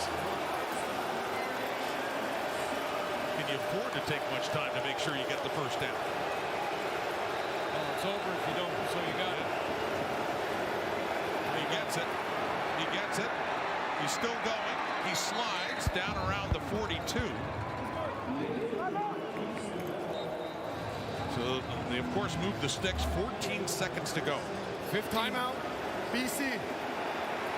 about 10, 15 more yards, and you can throw intermediate routes to the goal line. Lions take the timeout, make sure they get everything straight for this crucial play coming up. This Corey Mace can only smile. Hey, in the stress of the moment, you got to say the way this game started for Mace's Riders, you'd be excused for thinking that it wouldn't be this situation towards the end, but a good rally by BC has certainly made it interesting. They got the lead finally in the fourth quarter. Saskatchewan just got it back. Well, what an opening night for these two again. The Lions, though, said they need a touchdown. They get 14 seconds to get to the end zone. Another four-man rush. Rourke, no. Not even close. Closest was Brooks. Yeah, the pass rush, the key there. The pass rush right down Main Street gets in the face of Nathan Rourke, so he can't step into this. That was just throw it away and not take too much time off the clock.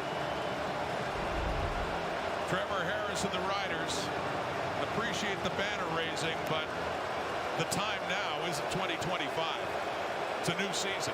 2 plays. Wanting to get off on a winning note. The four-man rush. Rourke over the middle again. Caught and down to about the 33. Brooks the tackle on Butler. 4 seconds to go and close enough to chuck it down to the end zone. Yep. One thing Buck Pierce can do here is get Rourke outside on the edge. Not in the opportunity to run or pass, but to buy some more time to let guys like Keon Hatcher and Justin McInnes find a hole somewhere in the end zone. The fact that it's third down no longer matters. This is it. Zeros on the clock. Last play.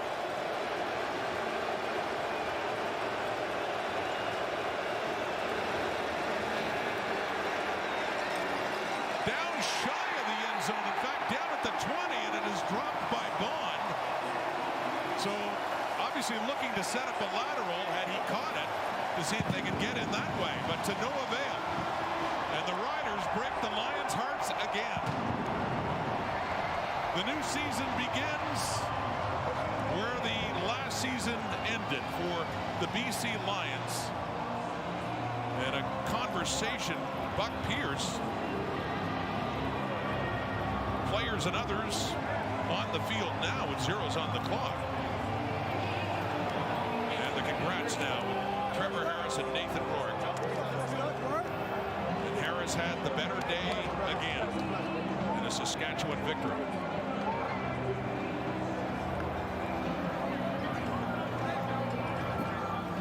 And Trevor Harris, 30 of 36 for 417 yards, 3 touchdowns, and no picks. Yeah, massive game for Keon Schaefer-Baker. Trevor Harris's #1 target tonight. Started this game with 2 drives, one of which went 109 yards. I mean, he was putting on a clinic early. Nathan Rourke and the BC Lions came back hard in that second quarter and third quarter, but a mistake on a missed field goal was a big part of the strategy tonight. A rouge that definitely made a difference in what became a 4-point game. So what an end to week 2 with the Saskatchewan Roughriders moving to 1-0 in defense of their championship on a great night for Gaynor. Not as great for BC, but boy, the Lions, they sure came back and they made it interesting. Friday night, BC at Hamilton to start week 3. Thanks for watching. SportsCenter's next with Mark Rowe and Jermaine Franklin. Good night, everybody.